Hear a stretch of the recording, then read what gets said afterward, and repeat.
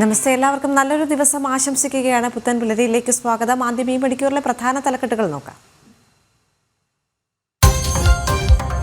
പഹൽഗാം ഭീകരാക്രമണത്തിന്റെ പശ്ചാത്തലത്തിൽ ഡൽഹിയിൽ ഇന്ന് സർവകക്ഷി യോഗം. പ്രതിരോധ മന്ത്രി രാജ്നാഥ് സിംഗ് അധ്യക്ഷത വഹിക്കും.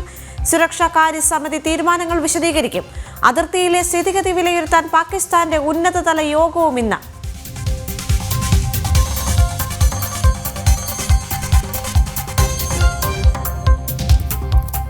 പഹൽഗാം ഭീകരാക്രമണത്തിൽ ജീവൻ പൊലിഞ്ഞവരുടെ മൃതദേഹങ്ങൾ ജന്മനാടുകളിൽ. വിമാനത്താവളത്തിൽ വൈകാരിക നിമിഷങ്ങൾ. കൊല്ലപ്പെട്ട കൊച്ചി സ്വദേശി രാമചന്ദ്രന്റെ സംസ്കാരം നാളെ.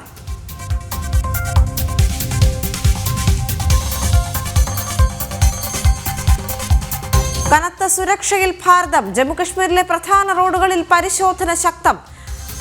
പഹൽഗാമിലേക്കടക്കം ഗതാഗത നിയന്ത്രണം. തീർത്ഥാടന വിനോദസഞ്ചാര കേന്ദ്രങ്ങളിൽ സൈനിക വിന്യാസം.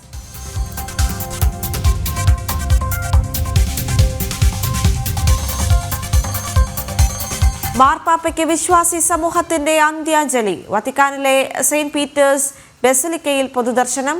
അന്ത്യാഞ്ജലി അർപ്പിക്കാൻ ലോകമെമ്പാടുമുള്ള വിശ്വാസികളുടെ ഒഴുക്ക്.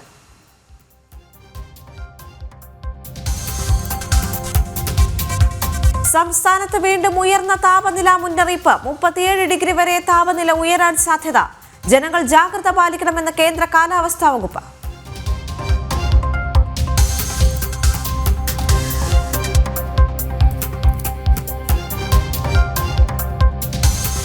IPL-ൽ മുംബൈ ഇന്ത്യൻസിന് തകർപ്പൻ ജയം. സൺറൈസേഴ്സ് ഹൈദരാബാദിനെ തകർത്തത് 7 വിക്കറ്റിന്.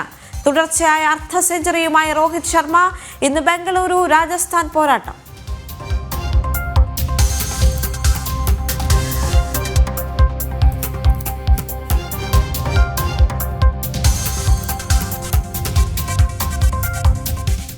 തിരിച്ചടിക്കും കരുത്തോടെ.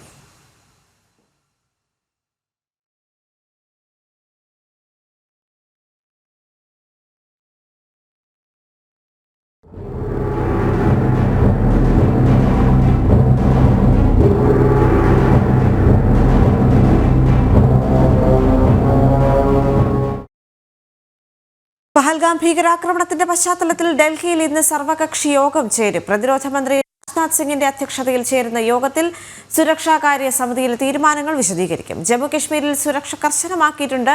ഭീകരർക്കായുള്ള തിരച്ചിൽ ഊർജിതമാക്കി. അതേസമയം ജമ്മുകശ്മീരിലെ സാഹചര്യം വ്യക്തമാക്കാൻ മുഖ്യമന്ത്രി ഒമർ അബ്ദുള്ള വിളിച്ച സർവകക്ഷി യോഗം ഇന്ന് നടക്കും. അതേസമയം തിരിച്ചടി ചർച്ച ചെയ്യാൻ പാകിസ്ഥാനിലും ഇന്ന് സുരക്ഷാ കൗൺസിൽ യോഗം ചേരുന്നുണ്ട്. ശ്രീനഗറിൽ നിന്ന് എസ് നന്ദഗോപൻ, ഡൽഹിയിൽ നിന്ന് ജിഷ്ണു കൃഷ്ണൻ എന്നിവർ ചേരുകയാണ്. ആദ്യം എസ് നന്ദഗോപനിലേക്ക് എത്തുമ്പോൾ, നന്ദൻ, കനത്ത ഒരു തിരിച്ചടി തന്നെയായിരിക്കും ഭാരതം നൽകുക എന്നുള്ള കാര്യത്തിൽ സംശയമില്ല. ഡൽഹിയിലടക്കം ഇന്ന് സർവകക്ഷി യോഗങ്ങൾ ചേരുകയാണ്. അതോടൊപ്പം തന്നെ ഇന്ന് ജമ്മുവിലെ അവസ്ഥ എന്താണ്? ജമ്മുകശ്മീരിലെ സാഹചര്യം വ്യക്തമാക്കാൻ മുഖ്യമന്ത്രി ഒമർ അബ്ദുള്ള വിളിച്ച സർവകക്ഷി യോഗവും ഇന്ന് നടക്കുമല്ലോ.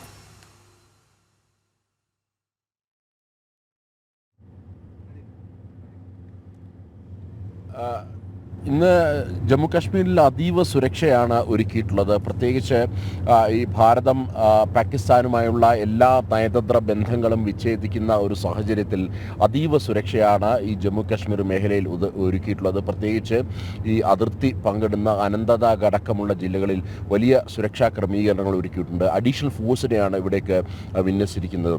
പ്രത്യേകിച്ച് BSFിൻ്റെയും അതേപോലെ തന്നെ CRPFിൻ്റെയും ഒക്കെ തന്നെ അഡീഷണൽ ഫോഴ്സിനെ ഈ മേഖലയിലേക്ക് വിന്യസിച്ചിരിക്കുകയാണ്. ഞാനിപ്പോൾ യാത്രയിലാണ്. പ്രധാനമായും ഇന്നലെ ഈ ആക്രമണം നടന്ന പെഹൽഗാമിലേക്കുള്ള യാത്രയിലാണ്. അവിടെ നിലവിൽ സാധാരണക്കാരായ ടൂറിസ്റ്റുകളെ പ്രവേശിപ്പിക്കുന്നില്ല. അതേസമയം നമുക്ക് മാധ്യമങ്ങൾക്കും അവിടെ പ്രവേശനം തടഞ്ഞിട്ടുണ്ട്. സ്വാഭാവികമായും അവിടെ സുരക്ഷാ ഭീഷണി നിലനിൽക്കുന്നു എന്നുള്ളതാണ് ഈ സുരക്ഷാ വൃത്തങ്ങൾ വ്യക്തമാക്കുന്നത്. പ്രത്യേകിച്ച് കഴിഞ്ഞ ദിവസം ആക്രമണം നടത്തിയ ഈ തീവ്രവാദികൾ അവർ ഈ പ്രദേശം വിട്ടുപോകാൻ സാധ്യതയില്ല എന്നുള്ളത് തന്നെയാണ് പ്രധാനമായും ഇവർ ചൂണ്ടിക്കാണിക്കുന്നത്. പ്രത്യേകിച്ച് ഇന്നലെ ഈ ആക്രമണം നടന്ന ശേഷം അവർ ഈ വനത്തിനുള്ളിലേക്ക് പറയുകയായിരുന്നു. അവരെ കണ്ടെത്തുവാൻ വേണ്ടിയുള്ള തിരച്ചിൽ നടപടികൾ തുടരുകയാണ്. അതിനൊപ്പം തന്നെ ആക്രമണം നടന്നതിന് പിന്നാലെ തന്നെ ഈ പ്രദേശമാകെ സുരക്ഷാ സേന വളഞ്ഞിരുന്നു. അതുകൊണ്ട് തന്നെ ഈ അക്രമികൾ ഈ പ്രദേശം വിട്ടുപോകാൻ ഇടയില്ല എന്നുള്ളത് തന്നെയാണ് പ്രധാനമായും സുരക്ഷാ വൃത്തങ്ങൾ കണക്ക് കൂട്ടുന്നത്. അതുകൊണ്ട് തന്നെ ഈ ആക്രമണം നടന്ന പെഹൽഗാമിലേക്കോ അതേപോലെ തന്നെ ബൈസരൺ വാലിയിലേക്കോ നിലവിൽ ഈ ടൂറിസ്റ്റുകളെ, വിനോദസഞ്ചാരികളെ പ്രവേശിപ്പിക്കേണ്ട എന്നുള്ളൊരു നിലപാട് തന്നെയാണ് എടുത്തിരിക്കുന്നത്. കാത്തിരിക്കുന്നത്. ഏതെങ്കിലും തരത്തിലുള്ള മാറ്റം ഉണ്ടാകുമ്പോൾ മാത്രം, അല്ലെങ്കിൽ ഈ അക്രമികളെ സംബന്ധിച്ചിട്ടുള്ള വിവരങ്ങൾ, അല്ലെങ്കിൽ അക്രമികൾ ഈ പ്രദേശം വിട്ടു എന്ന് ബോധ്യമാകുകയോ അല്ലെങ്കിൽ അവരെ വധിക്കുകയോ ചെയ്യുന്നൊരു സാഹചര്യത്തിൽ മാത്രം പെഹൽഗാമിലേക്ക് നിലവിൽ ആൾക്കാരെ കടത്തിവിട്ടാൽ മതി. അല്ലാത്ത പക്ഷം വിനോദസഞ്ചാരികളെ അതിനു മുമ്പായി തടയുക എന്നുള്ളത് തന്നെയാണ് പ്രധാനമായും സുരക്ഷാ സേന അല്ലെങ്കിൽ സുരക്ഷാ വൃത്തങ്ങൾ വ്യക്തമാക്കുന്നത്. ഏതായാലും ഇപ്പോഴും തിരച്ചിൽ നടപടികൾ തുടരുകയാണ്. ഏതാണ്ട് സുരക്ഷാ വൃത്തങ്ങൾ വ്യക്തമാക്കുന്നത് ഏഴ് പേരാണ് ഈ ഒരു അറ്റാക്കിൽ പങ്കെടുത്തത് എന്നുള്ളതാണ്. ഇതിൽ 3 പേർ പാകിസ്ഥാനുമായി അടുത്ത ബന്ധമുണ്ട്. അവർ ഒരുപക്ഷെ പാകിസ്ഥാൻ പൗരന്മാരാണോ എന്ന് തന്നെ കരുതേണ്ടിയിരിക്കുന്നു എന്നുള്ളതാണ്. അതായത് 2017 ഈ അനന്തനാഗ് ജില്ലയ്ക്ക് സമീപമുള്ള 3 പേർ 2017 അവർ പാകിസ്ഥാനിലേക്ക് പോയിരുന്നു. അവിടെ ജെയ്ഷ മുഹമ്മദുമായി ചേർന്നുകൊണ്ടായിരുന്നു അവരുടെ പ്രവർത്തനം. അവർക്ക് ജെയ്ഷ മുഹമ്മദിൽ നിന്നും വ്യക്തമായ ട്രെയിനിങ് ലഭിച്ചിട്ടുണ്ട്. അതിനുശേഷം അവർ ഇവിടേക്ക് മടങ്ങിയെത്തി എന്നുള്ളതാണ് പ്രധാനമായും സൂചിപ്പിക്കുന്നത്. അങ്ങനെ മടങ്ങിയെത്തിയവർ ആണ് ഈ ലോക്കൽസിനെ കൂടി അല്ലെങ്കിൽ ഈ ഡൽഹിയിലേക്ക് പോവുകയാണ്. ഡൽഹിയിൽ നിന്ന് ജിഷ്ണു കൃഷ്ണൻ ചേരുന്നുണ്ട്. ഡൽഹിയിലും ഇന്ന് നിർണായക ചർച്ചകൾ നടക്കുകയാണ്. ജിഷ്ണു, ഏത് തരത്തിലാണ് കാര്യങ്ങൾ പുരോഗമിക്കുന്നത്? കാരണം നയതന്ത്ര ബന്ധത്തിലടക്കം കടുത്ത നിലപാടിലേക്ക് ഭാരതം കടക്കുന്ന ഒരു സാഹചര്യം ഉണ്ടായിരുന്നു. ഇനിയും കൂടുതൽ നടപടിക്രമങ്ങളിലേക്ക് കടക്കാനുള്ള സാധ്യതകൾ കാണുന്നുണ്ട്. എത്രത്തോളം നിർണായകമാണ് ഇന്ന് ഡൽഹിയിൽ?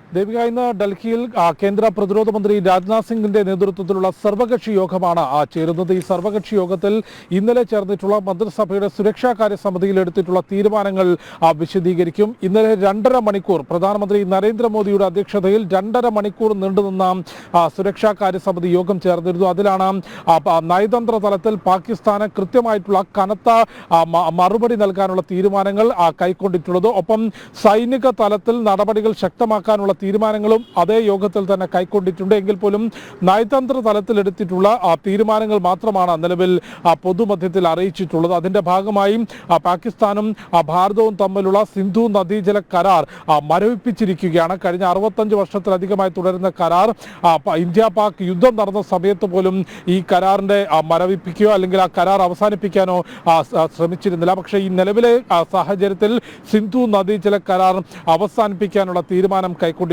ഒപ്പം ഇന്ത്യയും പാകിസ്ഥാനും തമ്മിലുള്ള അതിർത്തി ചെക്ക് പോസ്റ്റ് ആയിട്ടുള്ള വാഘയിൽ അട്ടാരി ബോർഡർ അടയ്ക്കാനുള്ള തീരുമാനം കൈക്കൊണ്ടിട്ടുണ്ട്. ഭാരതത്തിലെ പാക് പൗരന്മാരോട് 48 മണിക്കൂറിനകം രാജ്യം വിട്ടു പോകാനാണ് ആവശ്യപ്പെട്ടിട്ടുള്ളത്. കൂടാതെ ഭാരതത്തിലെ പാക് ഹൈക്കമ്മീഷനിലെ സൈനിക ഉദ്യോഗസ്ഥരെ മുഴുവനായും പുറത്താക്കിയിട്ടുണ്ട്. അവർക്ക് ഒരാഴ്ചത്തെ സമയമാണ് ഭാരതം വിട്ടുപോകാൻ നൽകിയിട്ടുള്ളത്. അത്തരത്തിൽ നയതന്ത്ര തലത്തിൽ തീർത്തും പാകിസ്ഥാനെ പ്രതിരോധത്തിലാക്കുന്ന തീരുമാനങ്ങൾ ഇതിനോടകം തന്നെ ഭാരതം കൈക്കൊണ്ടിട്ടുണ്ട്. അതിന് ഏറ്റവും പ്രധാനപ്പെട്ട കാരണം എന്നുള്ളത് നിലവിൽ പഹൽഗാമിൽ നടന്നിട്ടുള്ള ഭീകരാക്രമണത്തിന്റെ ആസൂത്രണവും ആയുധ പരിശീലനവും നടന്നിട്ടുള്ളത് പാകിസ്ഥാനിലാണ് എന്നുള്ളത് വളരെ കൃത്യമായി NIA കഴിഞ്ഞ ദിവസം തന്നെ പ്രാഥമിക വിവരശേഖരണത്തിന്റെ അടിസ്ഥാനത്തിലുള്ള റിപ്പോർട്ട് ആഭ്യന്തര മന്ത്രാലയത്തിന് നൽകിയിരുന്നു. ലഷ്കർ-ഇ തൊയ്ബ ദ റെസിസ്റ്റൻസ് ഫ്രണ്ടിനെ മുൻനിർത്തിക്കൊണ്ടാണ് പഹൽഗാമിലെ ഭീകരാക്രമണം നടത്തിയിട്ടുള്ളത്. അതിന് പാക് സ്വദേശികളായിട്ടുള്ള ഭീകരരെയും ഒപ്പം ജമ്മു കാശ്മീർ സ്വദേശികളായിട്ടുള്ള 2 ഭീകരരെയും ഉപയോഗിച്ചു. ഇവർക്ക് അതിർത്തിക്കപ്പുറത്ത് ഭീകര പരിശീലനം നൽകി. തുടർന്ന് അതിർത്തി കടത്തിവിടുകയും ആയുധങ്ങൾ എത്തിച്ചു നൽകുകയും ചെയ്തു. ഇതെല്ലാം നടത്തിയിട്ടുള്ളത് ലഷ്കർ-ഇ തൊയ്ബയുടെയും ജെയ്ഷെ മുഹമ്മദിന്റെയും നേതൃത്വത്തിലാണ്. ഒപ്പം പാക് ചാരസംഘടനയായിട്ടുള്ള ISIക്കും ഈ വിഷയത്തിൽ ഈ ഭീകരാക്രമണത്തിൽ പങ്കുണ്ട് എന്നുള്ളത് തന്നെയാണ് കേന്ദ്ര ഏജൻസികളുടെ നിഗമനം. അത്തരത്തിൽ ഭീകരതയെ പിന്തുണയ്ക്കുന്ന നിലപാട് പാകിസ്ഥാൻ തുടർച്ചയായി സ്വീകരിക്കുന്ന പശ്ചാത്തലത്തിലാണ് ഇത്തരത്തിലുള്ള കടുത്ത നടപടിയിലേക്ക് ഭാരതം കടന്നിട്ടുള്ളത്. ഒപ്പം ലോകവേദികളിൽ പാകിസ്ഥാൻ എപ്പോഴും ഭീകരവാദത്തെ പിന്തുണയ്ക്കുന്നു എന്ന വസ്തുത വീണ്ടും തുറന്നു കാണിക്കാൻ ഭാരതം തയ്യാറാവുകയാണ്. നേരത്തെയും ഐക്യരാഷ്ട്രസഭയുടെ ഉൾപ്പെടെ വേദികളിൽ, ലോകവേദികളിൽ ഭാരതം അതിർത്തി കടന്നുള്ള ഭീകരവാദത്തെ പിന്തുണയ്ക്കുന്നു എന്ന വസ്തുത ഭാരതം തുറന്നു കാട്ടിയിരുന്നു. അതൊരിക്കൽ കൂടി തുറന്നു കാട്ടുകയും അതോടൊപ്പം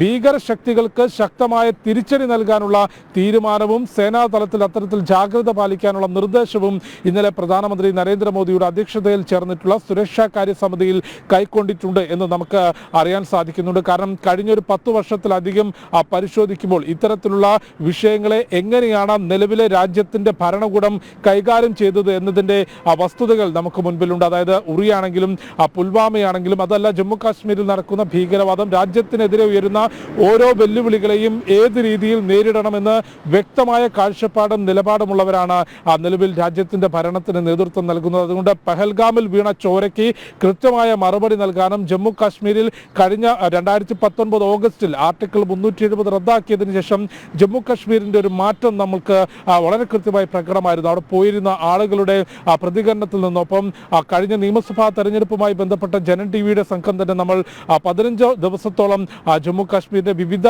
ഇടങ്ങളിൽ മുമ്പ് ഭീകര ശക്തികൾ അത്രയധികം നിലനിന്നിരുന്ന ബുഡ്ഗാം ഉൾപ്പെടെയുള്ള മേഖലകളിൽ പോലും സ്വതന്ത്രമായി സഞ്ചരിക്കുകയും അവിടെ നിന്ന് ആളുകളുടെ പ്രതികരണം തേടുകയും ചെയ്തിരുന്നു. അത്തരത്തിലൊരു വലിയ മാറ്റം ജമ്മു കാശ്മീരിൽ ഉണ്ടാവുകയും കശ്മീർ താഴ്വരയിൽ നിന്ന് ഭീകരവാദത്തിലേക്ക് റിക്രൂട്ട്മെന്റ് ഇല്ലാതിരിക്കുക, അതായത് മുൻപ് തോക്കെടുക്കാൻ തയ്യാറായിരുന്ന യുവത്വം ഇന്ന് പേനയും ലാപ്ടോപ്പും എടുക്കുകയും അവരുടെ ജീവിത നിലവാരം മാറുകയും കശ്മീരിന്റെ ജനത പോലും സമാധാനം ആഗ്രഹിക്കുകയും അവർ ഭീകരവാദത്തെ തള്ളിപ്പറയുകയും ചെയ്യുന്ന ഒരു സാഹചര്യത്തിലേക്ക് എത്തുമ്പോഴാണ് സാധാരണക്കാർക്കെതിരെ ഭീകരാക്രമണം നടത്തിക്കൊണ്ട് അതും മതത്തിന്റെ പേരിൽ ജനങ്ങളെ വിഭജിക്കുന്ന തരത്തിലുള്ള ഭീകരാക്രമണം എന്ന കൃത്യമായ ആസൂത്രണം പാക് കേന്ദ്രീകൃത ഭീകര സംഘടനകളും പാക് ചാരസംഘടനയായിട്ടുള്ള ISIയും ചേർന്ന് നടത്തിയിട്ടുള്ള അതിൻ്റെ ഭാഗമായിട്ടാണ് ഇത്തരത്തിൽ ആളുകളുടെ മതം ചോദിച്ചുകൊണ്ട് ഭാരതത്തിലെ ജനങ്ങളെ മതത്തിൻ്റെ പേരിൽ വിഭജിക്കുക അല്ലെങ്കിൽ അത്തരത്തിലൊരു പ്രശ്നങ്ങളും കലാപങ്ങളും സൃഷ്ടിക്കുക എന്ന വ്യക്തമായ ലക്ഷ്യവും സാധാരണക്കാരെ ഭയപ്പെടുത്തുകയും സാധാരണക്കാർക്കിടയിൽ ഇത്തരത്തിൽ വിഭജനം ഉണ്ടാക്കുക എന്ന ലക്ഷ്യത്തോടു കൂടിയാണ് ആളുകളുടെ മതം ചോദിച്ചുകൊണ്ട്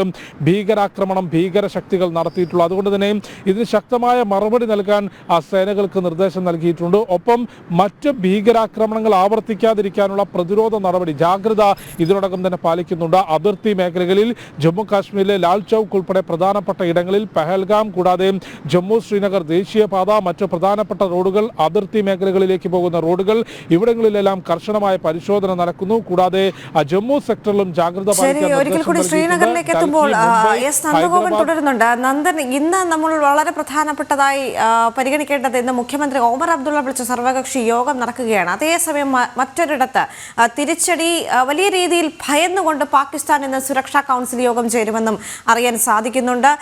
പഹൽഗാമിൽ വീണ അല്ലെങ്കിൽ ആ ഓരോ തുള്ളി ചോരയ്ക്കുമുള്ള മറുപടി ഭാരതം നൽകും, അല്ലെങ്കിൽ കനത്ത തിരിച്ചടി തന്നെയായിരിക്കും പാകിസ്ഥാനെതിരെ ഉണ്ടാവുക എന്നുള്ള കൃത്യമായ ബോധ്യം പാകിസ്ഥാനുണ്ട്. ആ ഒരു ഘട്ടത്തിലാണ് ഇന്ന് സുരക്ഷാ കൗൺസിൽ യോഗം ചേർന്നുകൊണ്ടിരിക്കുന്നത്. അതേസമയം നമ്മൾ മനസ്സിലാക്കേണ്ട മറ്റൊരു കാര്യം, ഭീകരതയ്ക്കെതിരെ തെരുവിലിറങ്ങിയ ജനങ്ങളുണ്ട്, ഭീകരർക്കെതിരെ തെരുവിലിറങ്ങി പ്രതിഷേധിച്ച ജനങ്ങളുണ്ട്. ഇന്ന് അത്തരത്തിലുള്ള പ്രതിഷേധ പ്രകടനങ്ങൾ വരാനുള്ള സാധ്യതകൾ കുറയ്ക്കുക എന്നതുകൂടി വളരെ പ്രധാനപ്പെട്ടതല്ലേ? കാരണം ഈ ഒരു സാഹചര്യത്തിൽ ജനങ്ങൾ തെരുവിലേക്ക് ഇറങ്ങുക എന്ന് പറയുമ്പോൾ അത് സുരക്ഷയെ സംബന്ധിച്ചിടത്തോളം അത് വളരെ വലിയൊരു നിർണായകമായ ദിവസം കൂടിയാണല്ലോ.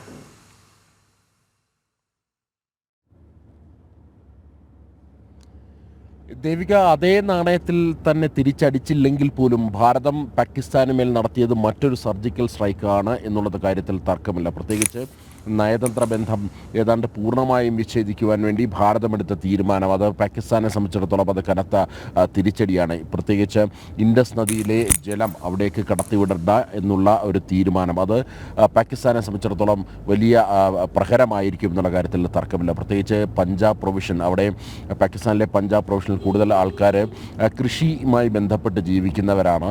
അവർക്ക് ഈ ജലം അനിവാര്യമാണ്, അവരുടെ ജീവനാഡി കൂടിയാണ് ഇൻഡസ് നദിയിലെ ജലം എന്നുള്ളത്. അതാണ് ഭാരതം ഇപ്പോൾ അതിലാണ് തടയിട്ടിരിക്കുന്നത്.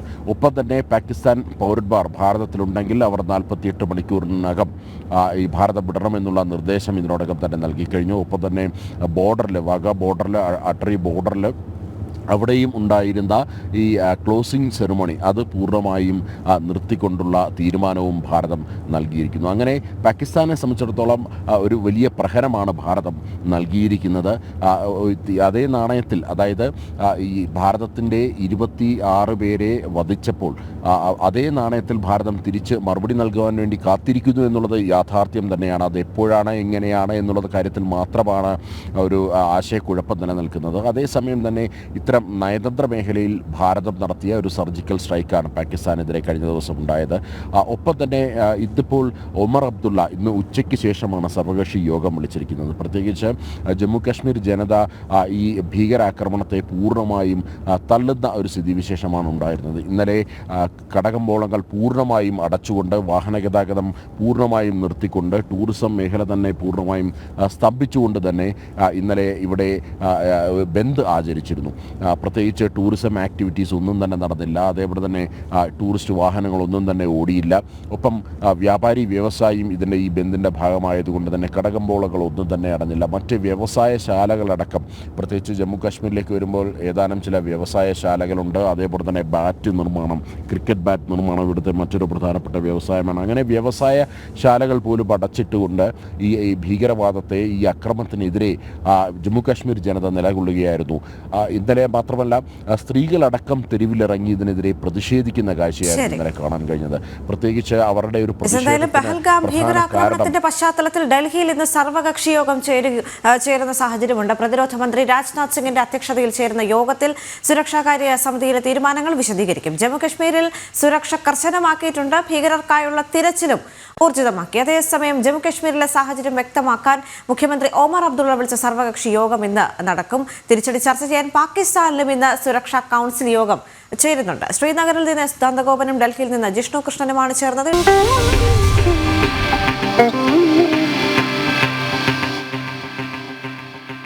പഹൽഗാം ഭീകരാക്രമണത്തിൽ പാകിസ്ഥാനെതിരെ ആഞ്ഞടിച്ച് പാകിസ്ഥാൻ മുൻ ക്രിക്കറ്റ് താരം ഡാനിഷ് കനേരിയ. ഭീകരാക്രമണത്തിൽ പാകിസ്ഥാന് പങ്കില്ല എങ്കിൽ എന്തുകൊണ്ട് പ്രധാനമന്ത്രി ഷഹബാസ് ഷരീഫ് അപലപിച്ചില്ല എന്ന് കനേരിയ ചോദിച്ചു. എന്തിനാണ് പാകിസ്ഥാൻ സൈന്യത്തോട് ജാഗ്രത പുലർത്താൻ നിർദ്ദേശിച്ചത്? സത്യം എന്താണെന്ന് പാകിസ്ഥാൻ ഗവൺമെന്റിന് അറിയാം. ഭീകരരെ വളർത്തുന്നതും അവർക്ക് അഭയം നൽകുന്നതും പാകിസ്ഥാൻ ഗവൺമെന്റാണെന്നും ഡാനിഷ് കനേരിയ എക്സിൽ കുറിച്ചു.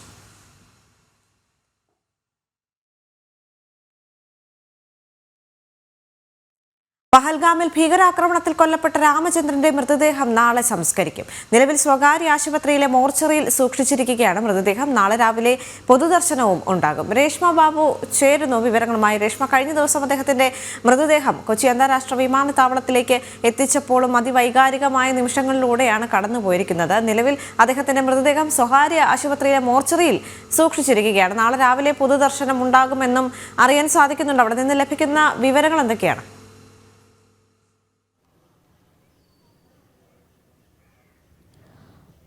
ദേവിക, അതിവൈകാരികമായിട്ട് തന്നെയായിരുന്നു ഇന്നലെ 7:47 ഫ്ലൈറ്റിലെത്തിയ എൻ രാമചന്ദ്രന്റെ മൃതശരീരം ജന്മനാട് ഏറ്റുവാങ്ങിയത്. ഔദ്യോഗികമായിട്ട് കേന്ദ്രമന്ത്രിമാരായിട്ടുള്ള ജോർജ് കുര്യൻ, സുരേഷ് ഗോപി, സംസ്ഥാന സർക്കാർ മന്ത്രിസഭയിലെ പി പ്രസാദ് അടക്കമുള്ളവർ മൃതശരീരം ഏറ്റുവാങ്ങുകയായിരുന്നു. പിന്നീട് വി.ഡി. സതീശനും അതോടൊപ്പം തന്നെ BJPയുടെ സംസ്ഥാന അധ്യക്ഷനായിട്ടുള്ള രാജീവ് ചന്ദ്രശേഖർ, മറ്റ് ഇടത് നേതാക്കൾ ഇവരൊക്കെ തന്നെ ആദരാഞ്ജലികൾ അർപ്പിക്കുകയും ചെയ്തിരുന്നു. അല്പസമയം ഏകദേശം 10 മിനിറ്റോളം വിമാനത്താവളത്തിൽ അനുശോചനം അല്ലെങ്കിൽ അന്തിമോപചാരം അർപ്പിക്കാനായിട്ടുള്ള ക്രമീകരണങ്ങൾ നേരത്തെ തന്നെ ജില്ലാ ഭരണകൂടത്തിന്റെ നേതൃത്വത്തിൽ ഒരുക്കുകയും ചെയ്തിരുന്നു.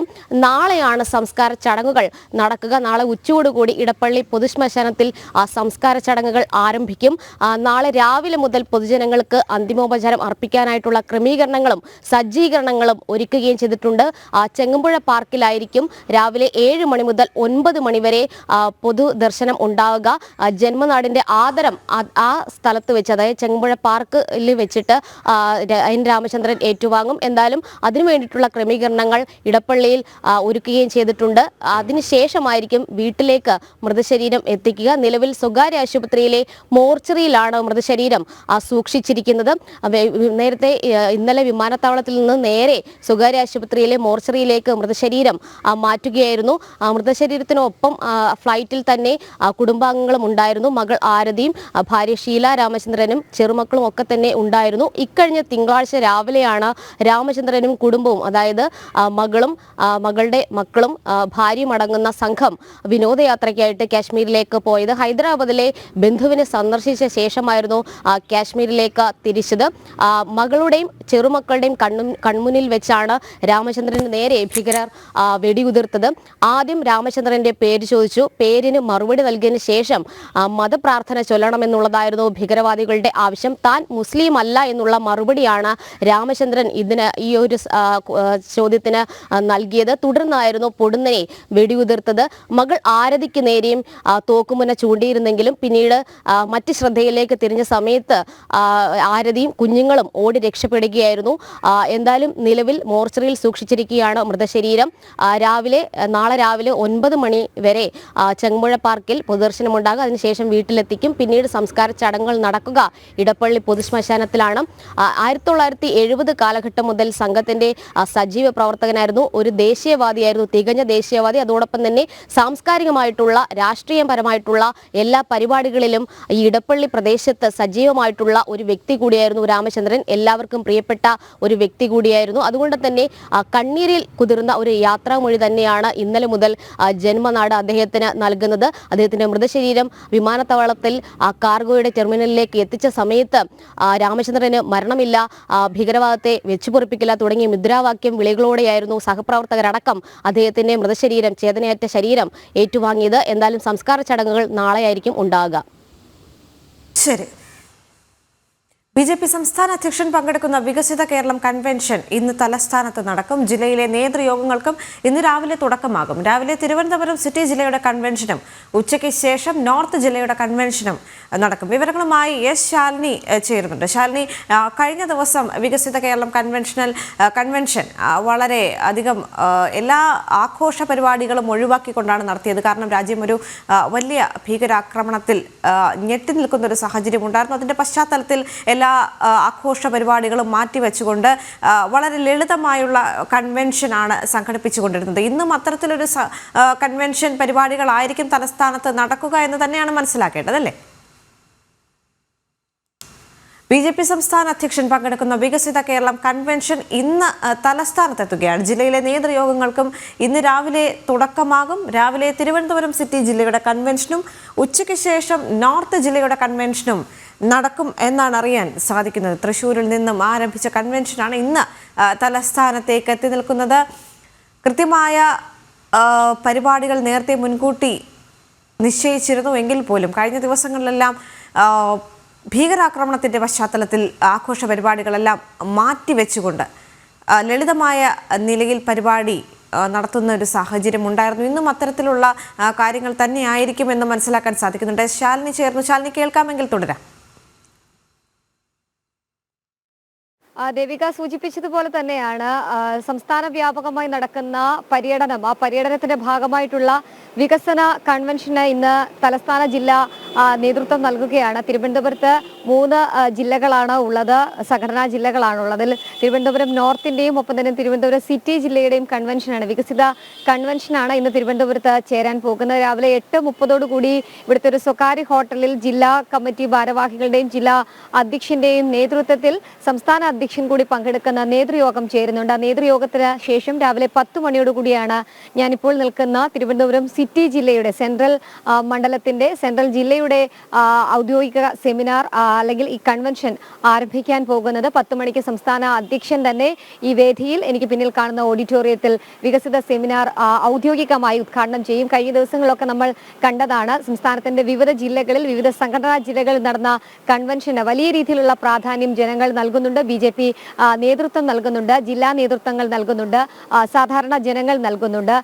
എങ്ങനെ കേരളം മാറണം അല്ലെങ്കിൽ കേരളത്തിൽ എങ്ങനെ വികസനം നടപ്പിലാക്കണം എന്ന മുദ്രാവാക്യം ഉയർത്തിക്കൊണ്ടാണ് സംസ്ഥാന പര്യടനത്തിന് സംസ്ഥാന അധ്യക്ഷനായി ചുമതലയേറ്റ ശേഷമുള്ള ആദ്യ പര്യടനത്തിന് സംസ്ഥാന അധ്യക്ഷൻ രാജീവ് ചന്ദ്രശേഖർ നേതൃത്വം നൽകുന്നത്. എന്തായാലും ഇന്ന് 2 പരിപാടികൾ തലസ്ഥാന ജില്ലയിൽ നടക്കും. ഒന്ന്, ഞാൻ നിൽക്കുന്ന ഇവിടെ തിരുവനന്തപുരം സിറ്റി ജില്ലയുടെ വികസിത സെമിനാർ നടക്കും. വൈകിട്ട് 4 മണിയോടുകൂടി ആറ്റിങ്ങൽ കേന്ദ്രീകരിച്ച് ആറ്റിങ്ങലിലാണ് നോർത്ത് ജില്ലയുടെ പരിപാടി സംഘടിപ്പിച്ചിട്ടുള്ളത്. ഈ 2 ജില്ലാ കൺവെൻഷനുകളിലും സംസ്ഥാന നേതാക്കന്മാർ, ഒപ്പം തന്നെ ജില്ലാ ചുമതലയുള്ള നേതാക്കന്മാർ, ഒപ്പം തന്നെ BJPയിലേക്ക് പുതിയതായി എത്തിയിട്ടുള്ള അംഗങ്ങൾ, ജില്ലാ ഭാരവാഹികൾ, ഒപ്പം തന്നെ കഴിഞ്ഞ തെരഞ്ഞെടുപ്പിൽ മത്സരിച്ച BJPയുടെ സ്ഥാനാർത്ഥികൾ, 2ാം സ്ഥാനത്ത് എത്തിയ സ്ഥാനാർത്ഥികൾ, ഒപ്പം തന്നെ വിവിധ രാഷ്ട്രീയ മേഖലയിൽ പ്രവർത്തിക്കുന്ന, സംഘടനാ മേഖലയിലടക്കം പ്രവർത്തിക്കുന്ന പ്രവർത്തകരടക്കം ഈ പരിപാടിയുടെ ഭാഗമാകുകയും ചെയ്യും. വലിയ രീതിയിലുള്ള ജനപിന്തുണ നിലവിൽ ഈ ഒരു പരിപാടിക്ക് ലഭ്യമായിക്കൊണ്ടിരിക്കുകയാണ്. കാരണം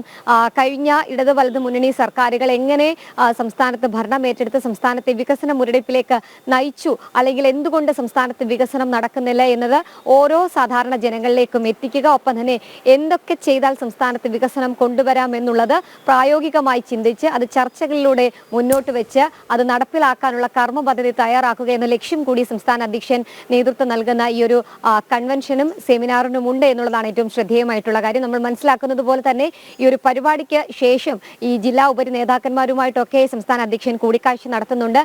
ജില്ലയിലെ ഓരോ ജില്ലയിലെയും പ്രമുഖ വ്യക്തിത്വങ്ങളുമായും രാഷ്ട്രീയ സാമൂഹ്യ സാംസ്കാരിക നേതാക്കന്മാരുമായിട്ടൊക്കെ സംസ്ഥാന അധ്യക്ഷൻ കൂടിക്കാഴ്ച നടക്കും. അവർക്കൊക്കെ പറയാനുള്ള വികസനത്തെ പറ്റിയിട്ടുള്ള കാഴ്ചപ്പാടുകൾ സംസ്ഥാന അധ്യക്ഷൻ കേൾക്കുകയും അത് പിന്നീട് വരുന്ന കൺവെൻഷനുകളിൽ സംസാരിക്കുകയും ചർച്ച ചെയ്യപ്പെടുകയും ചെയ്യും എന്നുള്ളതാണ് ഈ ഒരു പരിപാടി കൊണ്ട് BJP ഉദ്ദേശിക്കുന്നത്. കൂടാതെ മിഷൻ 2025 അത് ഔദ്യോഗികമായി ഓരോ ജില്ലാ കൺവെൻഷനുകളിലും BJP സംസ്ഥാന അധ്യക്ഷൻ പ്രഖ്യാപിക്കുകയും ചെയ്യുന്നുണ്ട്. നമുക്കറിയാം തദ്ദേശ സ്വയംഭരണ സ്ഥാപനങ്ങളിലേക്കുള്ള തെരഞ്ഞെടുപ്പ് അടുത്തിരിക്കുന്ന ഒരു സാഹചര്യമുണ്ട്.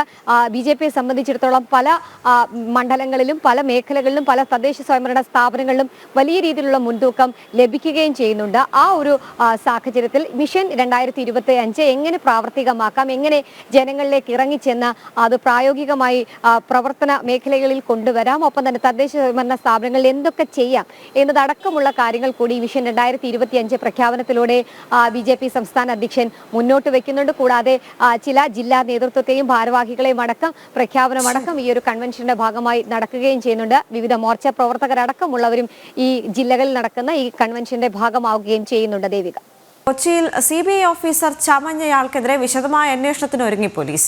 CBI ഓഫീസർ എന്ന വ്യാജേന കൂടുതൽ തട്ടിപ്പുകൾ നടത്തിയെന്നാണ് പരിശോധിക്കുന്നത്. വ്യാജ തിരിച്ചറിയൽ രേഖകളിൽ CBI ഓഫീസർ ചമഞ്ഞയാളെ പനങ്ങാട് പോലീസ് തിങ്കളാഴ്ചയാണ് അറസ്റ്റ് ചെയ്തത്. എറണാകുളം നെട്ടൂർ സ്വദേശി അബ്ദുൾ സലാമായിരുന്നു പിടിയിലായത്. രേഷ്മ ബാബു ചേരുന്ന വിവരങ്ങളുമായി. രേഷ്മ, ഈ റിപ്പോർട്ടിന്റെ കൂടുതൽ വിശദാംശങ്ങൾ. ദേവിക, ഇക്കഴിഞ്ഞ തിങ്കളാഴ്ചയാണ് പനങ്ങാട് പോലീസ് അബ്ദുൾ സലാം, നെട്ടൂർ സ്വദേശിയായിട്ടുള്ള അബ്ദുൾ സലാമിനെ അറസ്റ്റ് ചെയ്തത്. വ്യാജ CBI തിരിച്ചറിയൽ കാർഡ് ഉപയോഗിച്ചുകൊണ്ട് ഇയാൾ താമസിച്ചിരുന്നു എന്നതിന്റെ അടിസ്ഥാനത്തിലാണ്, അക്കാര്യം വ്യക്തമായതിന്റെ അടിസ്ഥാനത്തിലാണ് പോലീസ് ഇയാളെ ഫ്ളാറ്റിൽ നിന്നും കസ്റ്റഡിയിലെടുത്ത് പിന്നീട് അറസ്റ്റ് രേഖപ്പെടുത്തിയത്. CBIയുടെ വ്യാജ തിരിച്ചറിയൽ രേഖകൾ ഇയാളിൽ നിന്നും കണ്ടെടുക്കുകയും ചെയ്തിരുന്നു. റഷീദ് സലാം എന്നുള്ള പേരിലാണ് വ്യാജ തിരിച്ചറിയൽ കാർഡ് നിർമ്മിച്ചത്. പെട്രോളിംഗ് സംഘം, അതായത് നെട്ടൂർ ഭാഗത്ത് പോലീസിന്റെ പെട്രോളിംഗ് സംഘം സംശയകരമായിട്ടുള്ള രീതിയിൽ ഒരു കാർ കണ്ടെത്തുന്നു. CBIയുടെ സ്റ്റിക്കർ പതിച്ച കാറായിരുന്നു ഇത്. ഈ കാർ പിന്തുടർന്ന് എത്തിയ സമയത്താണ് അസറ്റ് ക്യാൻവാസിൽ താമസിക്കുന്ന അബ്ദുൾ സലാമിൻ്റെതാണ് ഈ കാർ എന്ന് പോലീസ് സംഘത്തിന് വ്യക്തമായത്. തുടർന്ന് ഫ്ളാറ്റിലേക്ക് എത്തിയ പോലീസ് സംഘം അബ്ദുൾ സലാമിനോട് ID കാർഡ് ചോദിച്ച സമയത്ത് നൽകാൻ അബ്ദുൾ സലാം തയ്യാറായിരുന്നില്ല. പിന്നീട് ഫ്ളാറ്റിൽ പരിശോധന നടത്തിയതിന്റെ അടിസ്ഥാനത്തിലാണ് CBIയുടെ വ്യാജ തിരിച്ചറിയൽ കാർഡ് അടക്കം കണ്ടെടുത്ത ഒരു സാഹചര്യം ഉണ്ടായത്. തുടർന്ന് കസ്റ്റഡിയിലെടുത്ത ഇയാളെ അറസ്റ്റ് ചെയ്യുകയായിരുന്നു.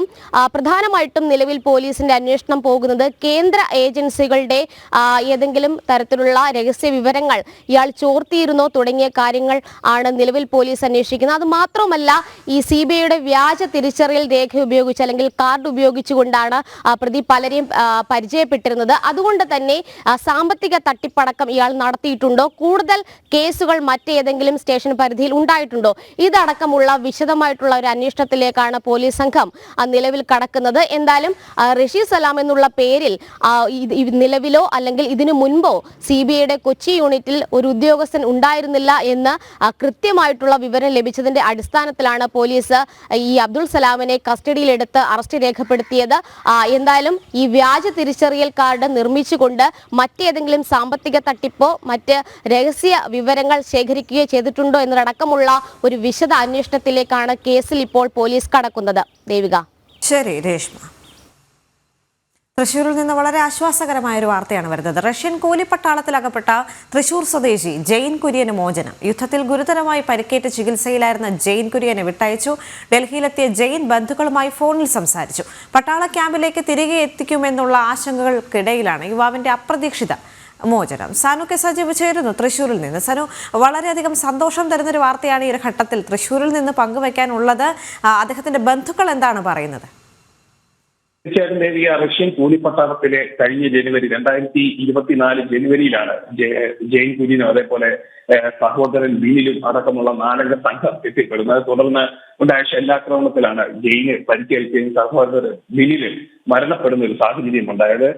മാസങ്ങൾ നീണ്ട ആശുപത്രി വാസത്തിന് ശേഷം ഏതാനും ദിവസം മുമ്പ് റഷ്യൻ കൂലിപ്പട്ടാളത്തിലേക്ക് തിരികെ എത്തണമെന്ന് ആവശ്യപ്പെട്ടുകൊണ്ട് ആശുപത്രി മുഖാന്തരം, അതായത് മോസ്കോയിലെ ആശുപത്രി മുഖാന്തരം റഷ്യൻ സൈന്യം ജയിലിനൊരു നിർദ്ദേശം നൽകിയിരുന്നു, രേഖാമൂലമുള്ള ഒരു കത്ത് നൽകിയിരുന്നു. എന്തായാലും അപ്രതീക്ഷിതമായിട്ടുള്ള ഒരു മോചനമാണ് ലഭിച്ചിരിക്കുന്നത്. അതായത് ഈ 30 ദിവസത്തിനുള്ളിൽ സൈന്യത്തിലേക്ക് തിരിച്ചെത്തണമെന്ന് ആവശ്യപ്പെട്ടുകൊണ്ടുള്ള കത്ത് കിട്ടിയതിന് 3ാമത്തെ ദിവസമാണ് ജയിലിനൊരു അപ്രതീക്ഷിത മോചനം ഉണ്ടായിരിക്കുന്നത്. അതായത് ഡൽഹിയിലെത്തിയതിനു ശേഷമാണ് ജയിൽ കുടുംബാംഗങ്ങളുമായിട്ട് നേരിട്ട് ബന്ധപ്പെട്ട് കുടുംബമാണ് ഇപ്പോൾ അറിയിച്ചിട്ടുള്ളത് ജയിൽ ഡൽഹിയിൽ എത്തിയിട്ടുണ്ടെന്ന്. ഉച്ചയ്ക്ക് ശേഷം ജയിൽ നാട്ടിലേക്ക് തിരിച്ചെത്തും. എന്തായാലും കുടുംബാംഗങ്ങളെല്ലാം വളരെയധികം സന്തോഷത്തിലാണ്. ജയിലും ആ ഒരു സന്തോഷം പങ്കുവച്ചു. അതായത് പാത്താള ക്യാമ്പിലേക്ക് പോകേണ്ട ഒരു സാഹചര്യം ഉണ്ടായിക്കഴിഞ്ഞാൽ തിരിച്ച് തനിക്ക് നാട്ടിലെത്താൻ സാധിക്കാതെ വരുമെന്നും ഒപ്പം ഈ യുദ്ധമുഖത്തേക്ക് എത്തിയാൽ ഒരുപക്ഷെ മരണപ്പെടുന്ന ഒരു സാഹചര്യം ഉണ്ടാവുമെന്നും തന്റെ വിഷയത്തിൽ പ്രധാനമന്ത്രി അടക്കമുള്ള നേതാക്കൾ ഇടപെടണമെന്നാവും അടക്കം ആവശ്യപ്പെട്ടുകൊണ്ടൊരു വീഡിയോ സന്ദേശമാണ് ഏതാനും ദിവസം മുമ്പ് ജയിൽ നാട്ടിലേക്ക് അയച്ചിരുന്നത്. എന്തായാലും വലിയ സന്തോഷത്തിലാണ് കുടുംബാംഗങ്ങൾ. ഉച്ചയോടുകൂടി തൃശ്ശൂരിലെ വീട്ടിലേക്ക് ജയിൽ എത്തുമെന്നാണ് നമുക്കറിയാൻ സാധിക്കുന്നത്. ശരി. യുക്രൈൻ പ്രസിഡന്റ് വൊളോഡിമർ സെലൻസ്കിക്കെതിരെ ആഞ്ഞടിച്ച് US president Donald Trump. Zelensky സമാധാന ശ്രമങ്ങൾ തകർക്കുന്നതായി ട്രംപ് ആരോപിച്ചു. ക്രിമിയയിൽ റഷ്യൻ നിയന്ത്രണം തുടരാൻ അനുവദിക്കില്ല എന്ന യുക്രൈൻ പ്രസിഡന്റിന്റെ നിലപാട് സമാധാന ശ്രമങ്ങളെ വൈകിപ്പിക്കുമെന്ന് അദ്ദേഹം പറഞ്ഞിട്ടുണ്ട്. ഐസൻ ജോസ്, പ്രധാനമന്ത്രി ഗ്രാമീണ സഡക് യോജന പദ്ധതിയിൽ 7,16,00,000 രൂപ ചിലവാക്കിയുള്ള ഊരാലുങ്കൽ സൊസൈറ്റിയുടെ റോഡ് നിർമ്മാണത്തിൽ അപാകതയെന്ന് പരാതി. പാലക്കാട് കടമ്പഴിപ്പുറം വായില്യംകുന്ന് മണ്ടഴി റോഡ് നിർമ്മാണത്തിലാണ് അപാകതയുണ്ടെന്ന പരാതിയുമായി BJP രംഗത്തെത്തിയിരിക്കുന്നത്. വായില്യംകുന്ന് മണ്ടഴി റോഡിൽ 6.5 കിലോമീറ്റർ ദൂരമാണ് പ്രധാനമന്ത്രി ഗ്രാമീണ സഡക് യോജന പദ്ധതിയിൽ 7,16,00,000 രൂപ ചിലവാക്കി നിർമ്മിക്കുന്നത്. എന്നാൽ പണി പൂർത്തീകരണത്തിന്റെ അവസാന ഘട്ടത്തിൽ എത്തി നിൽക്കുമ്പോഴാണ് വേനൽ മഴയിൽ മണ്ടഴി ഇല്ലിപ്പുറം തോടിൽ പാടത്തിന് കുറുകെയുള്ള പാലം റോഡിന്റെ പാർശ്വഭിത്തി ഇടിഞ്ഞത്. ഊരാളുങ്കൽ സൊസൈറ്റിക്കാണ് നിർമ്മാണ ചുമതല. നിർമ്മാണത്തിൽ വലിയ രീതിയിലുള്ള അപാകത ഉള്ളതിനാലാണ് ചെറിയ മഴ പെയ്തപ്പോൾ തന്നെ പാർശ്വഭിത്തി ഇടിഞ്ഞതെന്ന് BJP ആരോപിച്ചു. തോടാണ് ഈ താഴെയുള്ളത്. ആ തോട്ടിലേക്ക് ഇറങ്ങാനുള്ള ഒരു വഴി പോലും ഇതിന്റെ ഭാഗമായിട്ട് ഇട്ടിട്ടില്ല. അതിലേക്ക് ഇറങ്ങാൻ വേണ്ടിയിട്ട് ഒരു 3 കല്ല് ഇങ്ങനെ വെക്കാന്നല്ലാതെ ഇത്രയും കോടിക്കണക്കിന് രൂപ ചെലവഴിച്ചിട്ട് നടത്തുന്ന ഒരു നിർമ്മാണ പ്രവർത്തനം നടത്തിയിട്ട് വേണ്ട രീതിയിൽ ജനങ്ങൾക്ക് ഉപകാരപ്രദമായിട്ടുള്ള കാര്യങ്ങൾ പോലും ചെയ്യാൻ തയ്യാറാവാതെയാണ് അവർ മുന്നോട്ട് പോകുന്നത്. ഊരാളുങ്കൽ സൊസൈറ്റിയാണ് ഈ നിർമ്മാണം ഏറ്റെടുത്തിട്ടുള്ളത്. പിണറായി വിജയൻ സർക്കാർ അല്ലെങ്കിൽ കേരളത്തിലെ ഇപ്പോഴത്തെ സർക്കാർ വന്നതിന് ശേഷം എല്ലാ പദ്ധതികളും കൂടുതൽ എടുക്കുന്നത് ഊരാളുങ്കൽ സൊസൈറ്റിയാണ്. അവർ നടത്തുന്ന എല്ലാ നിർമ്മാണ പ്രവർത്തനത്തിലും വ്യാപകമായിട്ടുള്ള ക്രമക്കേടും അഴിമതിയും ഇതിനു മുമ്പും ഉണ്ടായിട്ടുണ്ട്. അവർ നടത്തുന്ന റോഡുകൾ പൊളിഞ്ഞിട്ടുള്ളതും പാലങ്ങൾ പൊളിഞ്ഞിട്ടുള്ള സംഭവങ്ങളൊക്കെ ഇതിനു മുമ്പും ധാരാളം ഉണ്ടായിട്ടുണ്ട്. 15 മിനിറ്റോളം മാത്രം പെയ്ത മഴയിൽ ഇതാണ് റോഡിന്റെ അവസ്ഥയെങ്കിൽ മഴക്കാലം എത്തിയാൽ സ്ഥിതി എന്തായിരിക്കുമെന്നും നേതാക്കൾ ചോദിച്ചു. പ്രധാനമായിട്ട് ഇത് 10 അടി ഉയരത്തോളം വരുന്ന സമയത്ത് ഇതിന്റെ സൈഡ് ഒരു സ്ലോപ്പ് ചെയ്തിട്ട് വേണം ഇതിന്റെ സൈഡ് കെട്ടാൻ. അങ്ങനെ സ്ലോപ്പ് ചെയ്യാതെ പല ഭാഗത്തും ബൾജ് ചെയ്തിട്ടാണ് ഇതിന്റെ പടവ് നിൽക്കുന്നത്. അതേപോലെ തന്നെ ഇവിടെ നാട്ടുംപുറമാണ്, ധാരാളം ആളുകൾ കുളിക്കാൻ ഈ തോട് ഉപയോഗിക്കുന്നതാണ്. അതിലേക്ക് ഇറങ്ങാനുള്ള ഒരു വഴി വേണ്ട രീതിയിൽ വെച്ചിട്ടില്ല. കെട്ടിയ വഴി തന്നെ ആകെ ഒരാൾക്ക് കഷ്ടി ഇറങ്ങാവുന്ന വഴി, അവിടെ നിന്ന് കുളിക്കാനോ തിരുമ്പാനോ പറ്റാത്ത ഒരവസ്ഥയുള്ള ഒരു സാഹചര്യം കൂടി അവിടെയുണ്ട്. 10 അടി ഉയരത്തിലാണ് പാർശ്വഭിത്തി നിർമ്മിച്ചിട്ടുള്ളത്. സൈഡ് സ്ലോപ്പ് ചെയ്ത് നിർമ്മിക്കേണ്ട ഭിത്തി സ്ലോപ്പ് ചെയ്യാതെയാണ് നിർമ്മിച്ചതെന്നും നിർമ്മാണം കൃത്യതയോടെ പൂർത്തിയാക്കിയില്ലെങ്കിൽ BJP സമരവുമായി മുന്നിട്ടിറങ്ങുമെന്നും നേതാക്കൾ വ്യക്തമാക്കി. ജനം, പാലക്കാട്. കൊല്ലം വലിയ കുരമ്പായിക്കുളം ഭദ്രകാളി ക്ഷേത്രത്തിൽ നക്ഷത്ര സത്ര ഇഷ്ടിയാഗം നാളെ മുതൽ ആരംഭിക്കും. ശ്രീരാമചന്ദ്ര വൈദിക പീഠത്തിന്റെ ആഭിമുഖ്യത്തിലാണ് യാഗം നടക്കുന്നത്. നാളെ മുതൽ മെയ് 3 വരെ നടക്കുന്ന നക്ഷത്ര സത്ര ഇഷ്ടിയാഗത്തിൽ ദക്ഷിണ ഭാരതത്തിലെ 18-ലധികം പണ്ഡിതന്മാരായ വൈദികർ പങ്കെടുക്കും. കേരളത്തിൽ ആദ്യമായാണ് വസന്തകാലത്തെ വെളുത്തപക്ഷത്തെ 9 ദിനരാത്രങ്ങളിലായി നക്ഷത്ര സത്ര ഇഷ്ടിയാഗം നടക്കുന്നത്. കാർത്തിക മുതൽ ഭരണി വരെയുള്ള 27 നക്ഷത്രങ്ങളെ വേദമന്ത്രങ്ങൾ കൊണ്ട് സ്തുതിച്ച് ആഹൂതി ചെയ്യുന്ന യാഗമാണിത്. ഓരോ മനുഷ്യന്റെയും ജന്മം ഓരോ നക്ഷത്രത്തിലായിരിക്കും. 4 പാദങ്ങളുള്ള നക്ഷത്രത്തിൽ ജനിക്കുന്ന മനുഷ്യന്റെ നക്ഷത്രങ്ങളിലെ ബലാബലങ്ങളാണ് ആ മനുഷ്യന്റെ ജീവിതത്തെ സ്വാധീനിക്കുന്നത്. അതിനെ സന്തുലിതാവസ്ഥയിലാക്കി പുഷ്ടിപ്പെടുത്തുന്ന വൈദിക ക്രിയയാണ് നക്ഷത്ര സത്ര ഇഷ്ടിയാഗം. നാളെ മുതൽ മെയ് 3 വരെ വലിയകൂനം വൈക്കുളം ഭദ്രകാളി ക്ഷേത്രത്തിൽ നടക്കുന്ന യാഗത്തിൽ തിരുവിതാംകൂറിലെ പ്രഥമ സോമയാജിപ്പാടായ മുടപ്പിലാപ്പള്ളി ബ്രഹ്മശ്രീ വാസുദേവ സോമയാജിപ്പാടും സ്മിത പത്തനാടിയും മുഖ്യ കാർമ്മികത്വം വഹിക്കും. 18ഓളം പണ്ഡിതരായ വൈദികരും യാഗത്തിന്റെ ഭാഗമാകും. നമ്മുടെ പ്രപഞ്ചത്തിലുള്ള നക്ഷത്രങ്ങളെ സ്തുതിച്ചുകൊണ്ടുള്ള യാഗമാണ് നക്ഷത്ര സത്ര ഇഷ്ടി യാഗം. അത് ഓരോ മനുഷ്യൻ്റെ ജന്മവും ഓരോ നക്ഷത്രത്തിലായിരിക്കും. ആ നക്ഷത്രത്തിൻ്റെ ബലാബലങ്ങളെ അനുസരിച്ചാണ് ആളുടെ ജീവിത രീതികൾ പോകുന്നത്. അപ്പോൾ ആ നക്ഷത്രത്തിൻ്റെ ബലാബലങ്ങളെ തുല്യമാക്കി ആ നക്ഷത്രത്തിൽ ജനിച്ച വ്യക്തികളെ ഉത്തേജിപ്പിക്കുന്ന അല്ലെങ്കിൽ അവർക്ക് ഊർജം നൽകുന്ന ഒരു പ്രക്രിയയുമാണ് നക്ഷത്ര സത്ര ഇഷ്ടിയാഗത്തിലൂടെ നമ്മൾ നടത്തുന്നത്. ഇതിൻ്റെ ഭാഗമായിട്ട് കർണാടകയിൽ നിന്നും കാളഹസ്തി അവിടെ നിന്നൊക്കെയുള്ള നിരവധി വൈദികർ പങ്കെടുക്കുന്നുണ്ട്. അവർ നമ്മുടെ അടുത്ത് കോന്നിയിൽ നടന്ന സോമയാഗം, അതിനുശേഷം അവിടെ ഒരു അതിരാത്രം ഉണ്ടായി കഴിഞ്ഞ വർഷം. അപ്പോൾ അതിലൊക്കെ പങ്കെടുത്തിട്ടുള്ള ഋഗ്വേദം, യജുർവേദം, സാമവേദം, അഥർവവേദം എന്നീ 4 വേദങ്ങളെയും പ്രതിനിധീകരിച്ചുകൊണ്ടുള്ള പണ്ഡിതന്മാരാണ് ഈ യാഗത്തിൽ പങ്കെടുക്കുന്നത്. യാഗത്തിനായി പുണ്യപുരാതനമായ ഉജ്ജയിനിൽ നിന്നും മഹാവിഷ്ണുവിന്റെ വിഗ്രഹവും എത്തിച്ചിട്ടുണ്ട്. ത്രേതായുഗത്തിനോളം പഴക്കമുള്ള ഈ ഒരു പ്രത്യേകമായിട്ടുള്ള ഒരു മഹാവിഷ്ണുവിൻ്റെ വിഗ്രഹം, അതായത് എല്ലാ പ്രകൃതിയും മഹാവിഷ്ണുവിൽ പ്രകൃതിയുടെ സംരക്ഷകനായിട്ട് മഹാവിഷ്ണുവിനെയാണ് പറയുന്നത്. ആ സ്ഥിതികാരകനായിരിക്കുന്ന മഹാവിഷ്ണുവിൻ്റെ ഒരു പ്രതിമ ത്രേതായുഗത്തിൽ പൂജിച്ചിരുന്നു എന്ന് അവകാശപ്പെടുന്ന, അല്ല ത്രേതായുഗത്തോളം പഴക്കമുള്ള ഒരു മഹാവിഷ്ണു പ്രതിമ നമ്മൾ ഉജ്ജയിനിയിൽ നിന്ന് ഈ യാഗത്തിന് പ്രധാനമായി പ്രതിനിധീകരിക്കുന്നതിന് വേണ്ടിയിട്ട് ഇവിടെ എത്തിച്ചിട്ടുണ്ട്. നാളെ നടക്കുന്ന ഉദ്ഘാടന സദസ്സിൽ അരണി കടഞ്ഞ് യാഗാഗ്നി ജ്വലിപ്പിക്കും. ഓരോ ദിനങ്ങളിലായി വിവിധ യാഗങ്ങൾ നടക്കും. ഒരു ദിവസം 900 ഭക്തർക്ക് 3 നക്ഷത്രങ്ങളിലായി യാഗത്തിൽ പങ്കെടുക്കാം. മെയ് 3 അപവൃത സ്നാനത്തോടെയാണ് നക്ഷത്ര സത്ര ഇഷ്ടിയാഗം പരിസമാപിക്കുക. ജനം, കൊല്ലം. സുമനസ്സുകളുടെ കാരുണ്യം തേടുകയാണ് വയനാട് കാട്ടിക്കുളം സ്വദേശി ചന്ദ്രൻ. ഇരുവൃക്കകളും തകരാറിലായ ചന്ദ്രൻ ചികിത്സയ്ക്കായി ചിലവാക്കുന്നത് ഭീമമായ തുകയാണ്. തറവാട്ട് വീട്ടിൽ ഒറ്റയ്ക്കാണ് ചന്ദ്രന്റെ താമസം. ഇരുവൃക്കകളും തകരാറിലായ ചന്ദ്രന്റെ തുടർ ചികിത്സയ്ക്ക് 50 ലക്ഷത്തോളം രൂപയാണ് ആവശ്യം. പ്രായമായ അച്ഛനും അമ്മയും അടങ്ങുന്ന കുടുംബമാണ് ചന്ദ്രന്റേത്. പണിക്ക് പോയി കുടുംബം പോറ്റി വരുമ്പോഴാണ് വൃക്കയ്ക്ക് തകരാറുള്ളതായി അറിയുന്നത്. പിന്നീട് പണിക്ക് പോകാൻ കഴിയാതെയായി. തറവാട് വീട്ടിൽ ഇന്ന് ഒറ്റയ്ക്കാണ് ചന്ദ്രന്റെ താമസം. കുടുംബക്കാരും അയൽവക്കക്കാരും സഹായത്തിനെത്തും. ഒരു തവണ ഡയാലിസിസ് നടത്തണമെങ്കിൽ 1000 രൂപയാണ് ചെലവ്. ഇത്തരത്തിൽ ആഴ്ചയിൽ 3 തവണ ഡയാലിസിസ് നടത്തണം.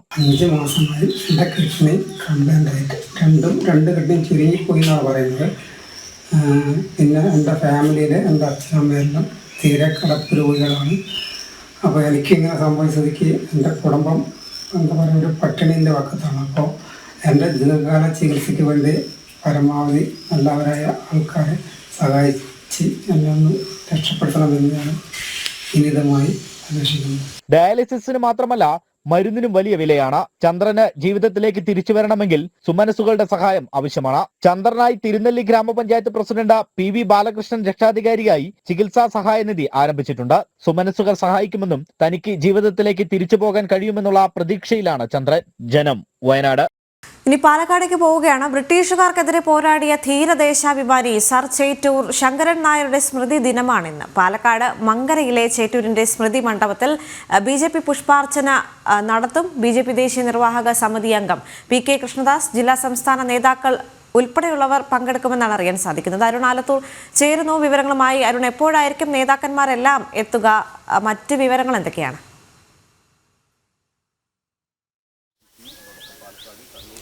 അല്പസമയത്തിനകം തന്നെ BJPയുടെ നേതൃത്വത്തിൽ സർ ചേറ്റൂർ ശങ്കരൻ നായരുടെ സ്മൃതി മണ്ഡപത്തിൽ പുഷ്പാർച്ചന നടത്തുമെന്നുള്ളതാണ്. ഏതായാലും അദ്ദേഹത്തിൻ്റെ വിയോഗം സംഭവിച്ചതിന് ശേഷം ഇന്നിപ്പോൾ 91ാമത്തെ വാർഷികമാണ്. ഈ 91ാം വാർഷികത്തിലാണ് BJP ഈ ധീര ദേശാഭിമാനിയെ അനുസ്മരിച്ചുകൊണ്ട് അദ്ദേഹത്തിൻ്റെ സ്മൃതി കുടീരത്തിൽ പുഷ്പാർച്ചനയും മറ്റുമൊക്കെ നടത്താൻ ഒരുങ്ങുന്നത്. ഏതായാലും അദ്ദേഹത്തിൻ്റെ നമുക്ക് ചരിത്രം പരിശോധിക്കുമ്പോൾ ചേറ്റൂർ ശങ്കരൻ നായർ എന്ന അദ്ദേഹം ബ്രിട്ടീഷുകാർക്കെതിരെ ശക്തമായ പോരാട്ടമാണ് നടത്തിയിട്ടുള്ളത്. ജാലിയൻ വാലാബാഗ് കൂട്ടക്കൊലയ്ക്കൊക്കെ എതിരെ ലണ്ടനിൽ വരെ പോയി അദ്ദേഹം ബ്രിട്ടീഷ് ആ ഒരു ഏകാധിപത്യത്തെ, അവരുടെ ക്രൂരതയെ ചോദ്യം ചെയ്തു എന്നുള്ളതാണ് ചരിത്രം പരിശോധിക്കുമ്പോൾ നമുക്ക് കാണാൻ സാധിക്കുക. ഒപ്പം തന്നെ അദ്ദേഹം AICCയുടെ ആദ്യത്തെയും അവസാനത്തെയും മലയാളിയായ അധ്യക്ഷനാണ് എന്നതും പ്രത്യേകതയാണ്. കൂടാതെ തന്നെ അദ്ദേഹം ഈ ഖിലാഫത്തിനെയൊക്കെ ചോദ്യം ചെയ്യുകയും പറയുകയും ഖിലാഫത്തുമായി സ്വാതന്ത്ര്യ സമരത്തെ കൂട്ടിക്കെട്ടുന്നത് അത് വലിയ ദോഷം ചെയ്യുമെന്ന് അന്ന് തന്നെ പറഞ്ഞ് അതിനെതിരെ ശക്തിയുക്തം എതിർത്ത ഒരു വ്യക്തി കൂടെയാണ് എന്നുള്ളതാണ്. അതുകൂടാതെ തന്നെ വിവിധങ്ങളായ, അതായത് ഭാരതത്തിന് സ്വാതന്ത്ര്യം ലഭിക്കുമ്പോൾ ആ സ്വാതന്ത്ര്യത്തിനെ കുറിച്ചൊക്കെ കൃത്യമായ കാഴ്ചപ്പാടുകളും മറ്റുമൊക്കെ ഉണ്ടായിരുന്ന വ്യക്തിയാണ് ആ ചേറ്റൂർ ശങ്കരൻ നായർ എന്ന ധീര ദേശാഭിമാനി. പക്ഷേ ചരിത്രം പരിശോധിക്കുമ്പോൾ അദ്ദേഹത്തെ എന്നും അവഗണിക്കുകയാണ് കോൺഗ്രസ് ചെയ്തിട്ടുള്ളത് എന്നുള്ളത് കാണാൻ സാധിക്കും. ഈ അദ്ദേഹത്തിൻ്റെ സ്മൃതി കുടീരം, ഇപ്പോൾ നമ്മൾ ഈ ദൃശ്യങ്ങളിൽ കാണുന്ന ഈ സ്ഥലം നമ്മൾ കഴിഞ്ഞ ഒരാഴ്ച മുൻപാണ് നമ്മൾ ജനം TV ഇതുമായി ബന്ധപ്പെട്ട വാർത്ത റിപ്പോർട്ട് ചെയ്തിരുന്നത്. അന്ന് ഇവിടെയൊക്കെ കാട് പിടിച്ച് കിടക്കുന്ന സാഹചര്യമായിരുന്നു. അദ്ദേഹത്തിൻ്റെ ഈ സ്മൃതി കുടീരത്തിലേക്ക് നല്ലൊരു വഴി പോലും ഇല്ലാത്ത ഒരു സാഹചര്യമുണ്ട്. ഭാരതപ്പുഴയുടെ ഈ അരികിൽ അദ്ദേഹത്തിന് അന്ത്യവിശ്രമം കൊള്ളണം എന്നുള്ളത് അദ്ദേഹത്തിൻ്റെ ഒരു ആഗ്രഹമായിരുന്നു. ചെന്നൈയിൽ വെച്ച് അദ്ദേഹത്തിന് അന്ത്യം സംഭവിക്കുകയും തുടർന്ന് അവിടെ നിന്നും അദ്ദേഹത്തെ ഭൗതിക ശരീരം ഇവിടെ കൊണ്ടുവന്ന് അടക്കം ചെയ്യുകയുമായിരുന്നു. പക്ഷേ അങ്ങനെ അടക്കം ചെയ്ത ആ ഒരു സ്മൃതി കുടീരത്തോടും ഈ പ്രദേശത്തോടുമൊക്കെ കടുത്ത അനാദരവാണ് സംസ്ഥാനം ഭരിച്ച കോൺഗ്രസ് ആണെങ്കിലും പാലക്കാട് ഈ മങ്കര എന്ന പഞ്ചായത്ത് ഭരിച്ച കോൺഗ്രസ് ആണെങ്കിലും അതല്ലെങ്കിൽ ദേശീയ തലത്തിലാണെങ്കിലും കോൺഗ്രസ് അദ്ദേഹത്തിന് ഈ ധീരദേശാഭിമാനിയെ മതിയായ പരിഗണന നൽകിയിട്ടില്ല എന്നുള്ളതാണ് നമുക്ക് ചരിത്രം പരിശോധിക്കുമ്പോൾ കാണാൻ സാധിക്കുക. അത് ഈ ഖിലാഫത്തിനെതിരെ, ഈ ഖിലാഫത്തിലും സ്വാതന്ത്ര്യ സമരത്തെയും കൂട്ടിക്കെട്ടുന്നത് ഉൾപ്പെടെയുള്ള കാര്യങ്ങളെ എതിർത്തു എന്നുള്ള ഒറ്റ കാരണം കൊണ്ടാണ് അദ്ദേഹത്തെ കോൺഗ്രസ്സുകാർ അവഗണിച്ചത് എന്നുള്ളതാണ് BJP പ്രധാനമായിട്ടും ആരോപിക്കുന്നുണ്ടായിരുന്നത്. ഏതായാലും BJP അദ്ദേഹത്തെ പോലുള്ള സ്വാതന്ത്ര്യ സമര സേനാനികൾ അവരെ അനുസ്മരിക്കുക എന്നുള്ളത് ഓരോ ഭാരതീയൻ്റെയും കർത്തവ്യമാണ് എന്നുള്ളതാണ് BJP പറയുന്നത്. അതുകൊണ്ട് തന്നെയാണ് ഇപ്പോൾ BJPയുടെ നേതൃത്വത്തിൽ ഇന്ന് അല്പസമയത്തിനകം തന്നെ ഈ സ്മൃതി കുടീരത്തിൽ പുഷ്പാർച്ചന ഉൾപ്പെടെ നടത്താൻ ഒരുങ്ങുന്നത്. BJPയുടെ ദേശീയ നിർവാഹക സമിതി അംഗം PK കൃഷ്ണദാസ് ഉൾപ്പെടെ ഈ പരിപാടിയിൽ പങ്കെടുക്കുമെന്നുള്ളതാണ്. ഇപ്പോൾ BJPയുടെ ജില്ലാ നേതാവായ വേണു ചേരുകയാണ്. എപ്പോഴാണിത് പുഷ്പാർച്ചനയും മറ്റും തുടങ്ങുന്നത്? ഇന്ന് ഇപ്പോൾ ഒരു 5 മിനിറ്റിനകം തന്നെ നമ്മുടെ PK കൃഷ്ണദാസ് ജി ഇവിടെ എത്തിച്ചേർന്നാലൂടെ തന്നെ ഇവിടെ പുഷ്പാർച്ചനയ്ക്ക് ശേഷം അത് വെള്ള റോഡ് എന്ന് വെച്ചാൽ ഷൊർണൂർ റോഡിൽ മെയിൻ റൂട്ടിനകത്ത് വെള്ള റോഡ് എന്ന് പറയുന്നത് ഇവിടെ സ്ഥലത്ത് വെച്ചിട്ടാണ് നമ്മുടെ ഇന്ന് അനുസ്മരണ യോഗം അവിടെ സംഘടിപ്പിച്ചിട്ടുണ്ട്. ആ യോഗത്തിലൂടെ കഴിഞ്ഞിട്ട് വേണം അദ്ദേഹത്തിന് ഇവിടുന്ന് പോകാൻ. ഇന്നത്തെ ഈ ചേറ്റൂരിൻ്റെ ഈ വഴി പോലും ഇല്ലാത്ത ഈ സ്ഥലത്തേക്ക് അതുപോലെ തന്നെ നമ്മുടെ ജില്ലാ പ്രസിഡൻറ്റും അതുപോലെ PK കൃഷ്ണദാസിയും പിന്നെ വളരെ പ്രയാസപ്പെട്ടിട്ടാണ് ഇപ്പോൾ ഇവിടെ എത്താൻ പോകുന്നത്. ഈ ചേറ്റൂരിനെ കോൺഗ്രസ്സുകാർ നിരന്തരം അവഗണിച്ചു എന്നുള്ള ആ ഒരു കാര്യം അതുൾപ്പെടെ കൃത്യമായിട്ട് തന്നെ ഈ ഒരു ഇത്തരത്തിൽ ഭാരതം ആദരിക്കേണ്ട ഒരു ധീരദേശാഭിമാനിയെ അങ്ങനെ അവഗണിച്ചു എന്നുള്ളത് ഉൾപ്പെടെ ഒരു ചർച്ചാ വിഷയമാക്കുക, അല്ലെങ്കിൽ അത് കൃത്യമായി ജനങ്ങൾക്ക് ബോധ്യപ്പെടുത്തുക എന്നുള്ളത് കൂടിയുണ്ടോ ഈ BJP ഉദ്ദേശിക്കുന്നത്? തീർച്ചയായിട്ടും ചേറ്റൂര് നമുക്കറിയാം. നമ്മൾ ഒരു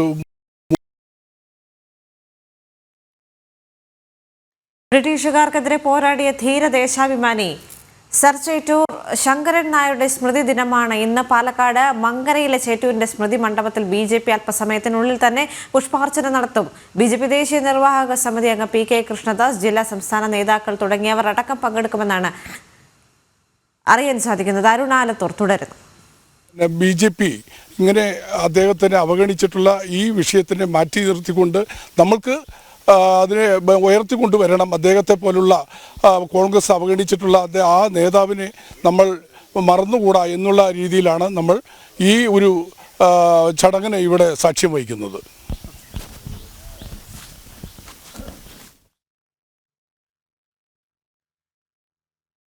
അരുൺ, എന്തായാലും BJP ഈ ഒരു വിഷയത്തിൽ കൃത്യമായ നിലപാട് സ്വീകരിച്ചിരിക്കുകയാണ്. അദ്ദേഹത്തിന്റെ സ്മൃതി മണ്ഡപം ഇങ്ങനെ കാട് കയറി നശിക്കാൻ അനുവദിക്കില്ല എന്ന് BJP നേതാക്കളടക്കം ഒരു ദൃഢനിശ്ചയത്തിലേക്ക് കടക്കുമ്പോൾ കൂടുതൽ ഇത് സംരക്ഷിക്കാനായിട്ടുള്ള നടപടികളിലേക്ക് കൂടി കടക്കാൻ സാധ്യതയുണ്ടല്ലോ.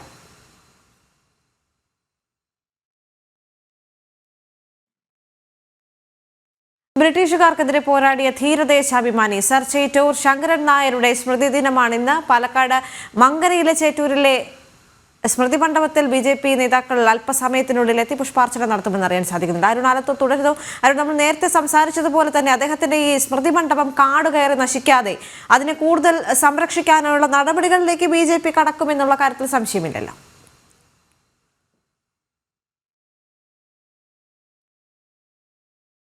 ഈ സ്മൃതി കുടീരം എന്നുള്ളത് നമുക്ക് ഇപ്പോൾ ഞാൻ നിൽക്കുന്ന ഈ ഭാഗത്തൊക്കെ നമ്മൾ കഴിഞ്ഞ ദിവസം റിപ്പോർട്ട് ചെയ്ത വാർത്തയിൽ തന്നെ നമുക്ക് കാണാൻ പറ്റും. ഇവിടെ അത്രയേറെ കാട് മൂടിക്കിടക്കുന്ന ഒരു സാഹചര്യമായിരുന്നു ഉണ്ടായിരുന്നത്. പക്ഷേ ഇപ്പോഴേതായാലും അവിടെയൊക്കെ കാട് വെട്ടിത്തെളിച്ച് ഈ ഒരു സ്മൃതി കുടീരത്തെ BJP ഇവിടെ പുഷ്പാർച്ചന നടത്തുകയും അദ്ദേഹത്തെ കൃത്യമായി അനുസ്മരിക്കേണ്ടത് കൃത്യമായ ആവശ്യമാണ്. കാരണം രാജ്യത്തിന് വേണ്ടി പോരാടിയിട്ടുള്ള സ്വന്തം സ്വത്ത് പോലും വിറ്റുകൊണ്ട് ലണ്ടനിൽ വരെ പോയി ഈ ജാലിയൻ വാലാബാഗ് കൂട്ടക്കൊലയിലെ ആ ബ്രിട്ടീഷുകാരുടെ ക്രൂരതയെ തുറന്നു കാട്ടുന്നതിന് വേണ്ടിയൊക്കെ ശ്രമിച്ചിട്ടുള്ള വ്യക്തിത്വമാണ് സർ ചെറ്റൂർ ശങ്കരൻ നായർ എന്നുള്ളത്. പക്ഷേ പലപ്പോഴും ചരിത്രം പരിശോധിക്കുമ്പോൾ ചരിത്രത്തിൽ നെഹ്റുവിനെയും മറ്റുമൊക്കെ ഹൈലൈറ്റ് ചെയ്ത് ഈ കോൺഗ്രസ് കൃത്യമായിട്ടൊരു സ്വാതന്ത്ര്യ സമര സേനാനികൾ എന്ന് പറയുമ്പോൾ കുറച്ച് ആളുകൾ മാത്രമാണ് എന്ന തരത്തിൽ വരുത്തി തീർത്തിട്ടുണ്ട് എന്നുള്ളതാണ്. അതിൽ പലയിടത്തും പല സ്വാതന്ത്ര്യ സമര സേനാനികളെയും പാടെ അവഗണിക്കുകയാണ് കോൺഗ്രസ് ചെയ്തത് എന്നുള്ളതാണ് BJP എപ്പോഴും പറയുന്നത്. അതിൽ തന്നെയാണ് നമുക്കറിയാം സർദാർ വല്ലഭായ് പട്ടേലിന് വേണ്ടി ഗുജറാത്തിൽ അവിടെ സ്മാരകം ഉൾപ്പെടെ അദ്ദേഹത്തിൻ്റെ ഒരു വെങ്കല പ്രതിഭ ഉൾപ്പെടെ ഉയരുന്ന സാഹചര്യം ഉണ്ടായിരുന്നു. അത്തരത്തിൽ ഒരുപാട് അഭിമാനിക്കാവുന്ന രാജ്യത്തിന് ഒരിക്കലും വിസ്മരിച്ചു കൂടാത്ത സ്വാതന്ത്ര്യ സമര സേനാനികൾ അവരെയൊക്കെ പാടെ അവഗണിക്കുകയാണ് കോൺഗ്രസ് ചെയ്തിട്ടുള്ളത് എന്നുള്ളതാണ് BJP പ്രധാനമായിട്ടും ആരോപിക്കുന്നത്. അതുകൊണ്ട് തന്നെ അത്തരത്തിലുള്ള ധീരദേശാഭിമാനികൾ അവർ രാജ്യത്തിന് വേണ്ടി പോരാടിയ വ്യക്തിത്വങ്ങളാണ്. ആ രാജ്യത്തിന് വേണ്ടി പോരാടിയിട്ടുള്ള ഓരോരുത്തരെയും അനുസ്മരിക്കേണ്ടതുണ്ട്. കേരളത്തിലേക്ക് വരുമ്പോൾ കേരളത്തിൽ അത്തരത്തിൽ രാജ്യത്തിന് വേണ്ടി പോരാടിയിട്ടുള്ള വളരെ ഒരിക്കലും നമ്മൾ വിസ്മരിച്ചു കൂടാത്ത ഏക വ്യക്തിത്വമാണ് സർ ചെറ്റൂർ ശങ്കരൻ നായർ എന്നുള്ളത്. കാരണം AICCയുടെ ആദ്യത്തെയും അവസാനത്തെയും മലയാളിയായ അധ്യക്ഷൻ എന്ന് പറയുമ്പോൾ അദ്ദേഹം എത്രമാത്രം പ്രാധാന്യമുള്ള വ്യക്തിയാണ് എന്നുള്ളത് വ്യക്തമാണ്. അതുകൂടാതെ തന്നെ ഈ നേരത്തെ ഞാൻ പറഞ്ഞതുപോലെ ഈ ഖിലാഫത്തും സ്വാതന്ത്ര്യ സമരവും രണ്ടും തമ്മിൽ കൂട്ടിക്കെട്ടുന്നതിനെതിരെ ശക്തിയുക്തം അതങ്ങനെ ചെയ്യുന്നത് ശരിയല്ല. അതായത് ഈ ഖിലാഫത്തും സ്വാതന്ത്ര്യ സമരവും കൂട്ടിക്കെട്ടുക എന്നുള്ളത് സ്വാഭാവികമായിട്ടും അത് തെറ്റായ ഒരു നടപടിയാണ് എന്ന് അന്ന് കൃത്യമായിട്ട് തന്നെ അദ്ദേഹം പറയുകയുണ്ടായി എന്നുള്ളതാണ്.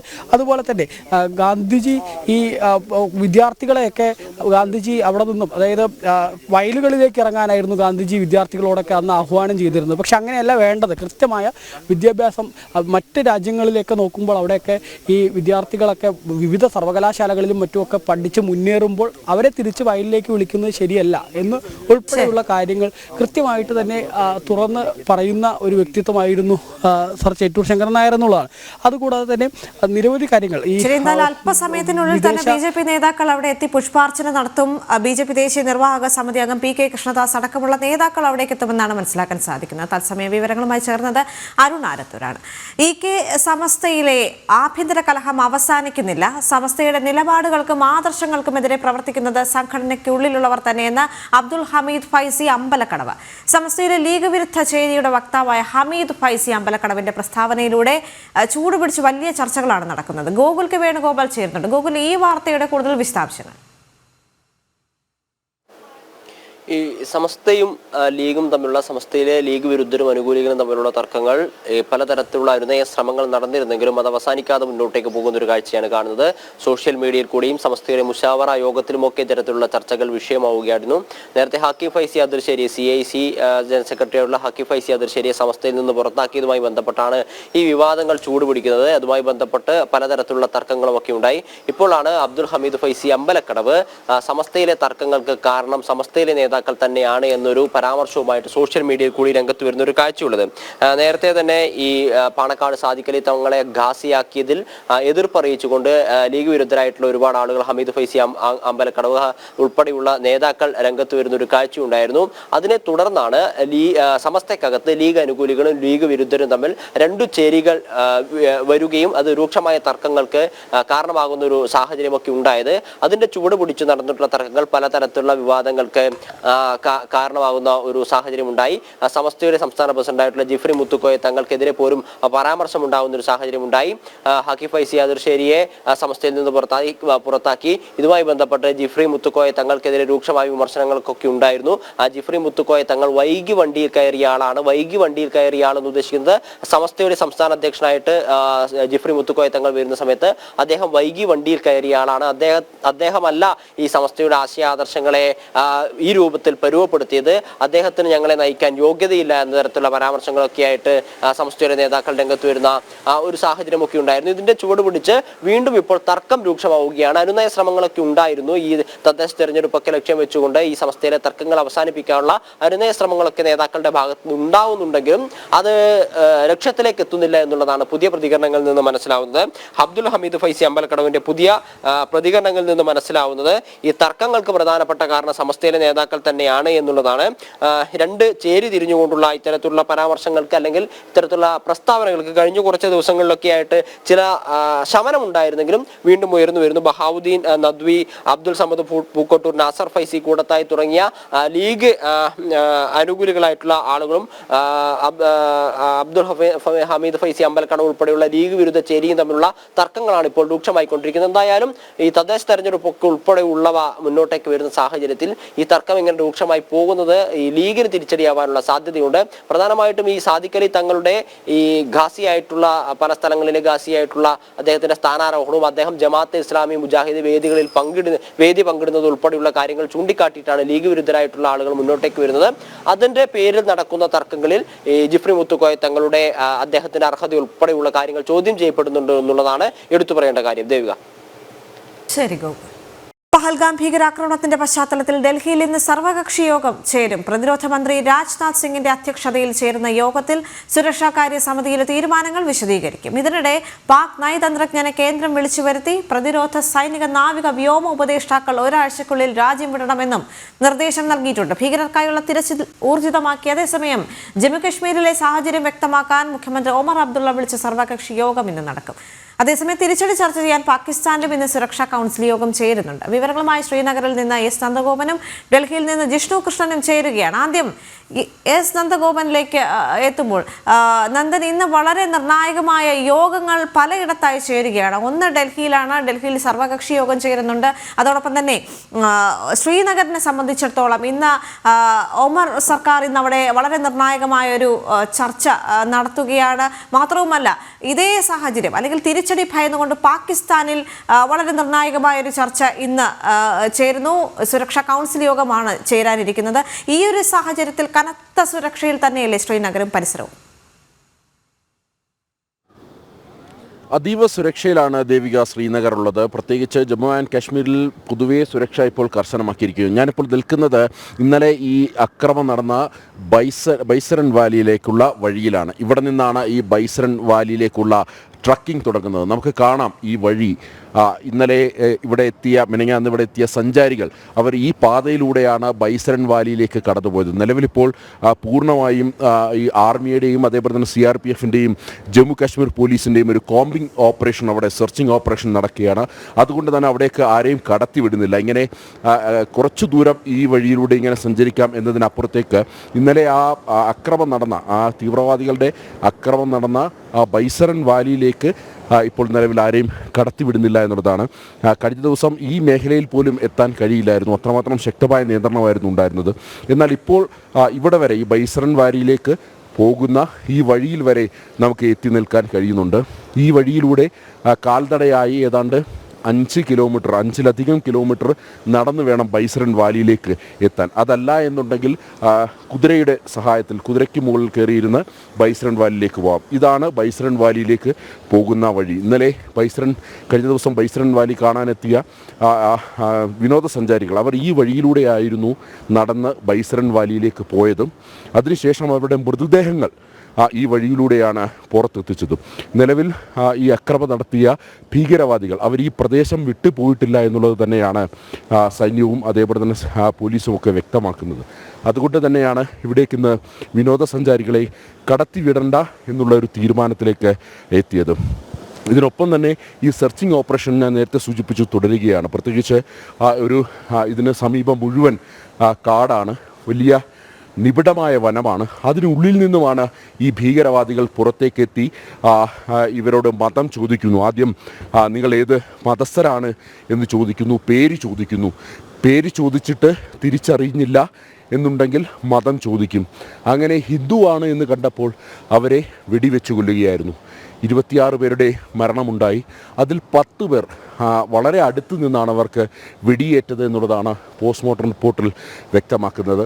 അതായത് വളരെ അടുത്തെത്തി അവരോട് പേര് വിവരങ്ങൾ അന്വേഷിക്കുകയും പിന്നീട് അവരെ കൊലപ്പെടുത്തുകയുമായിരുന്നു.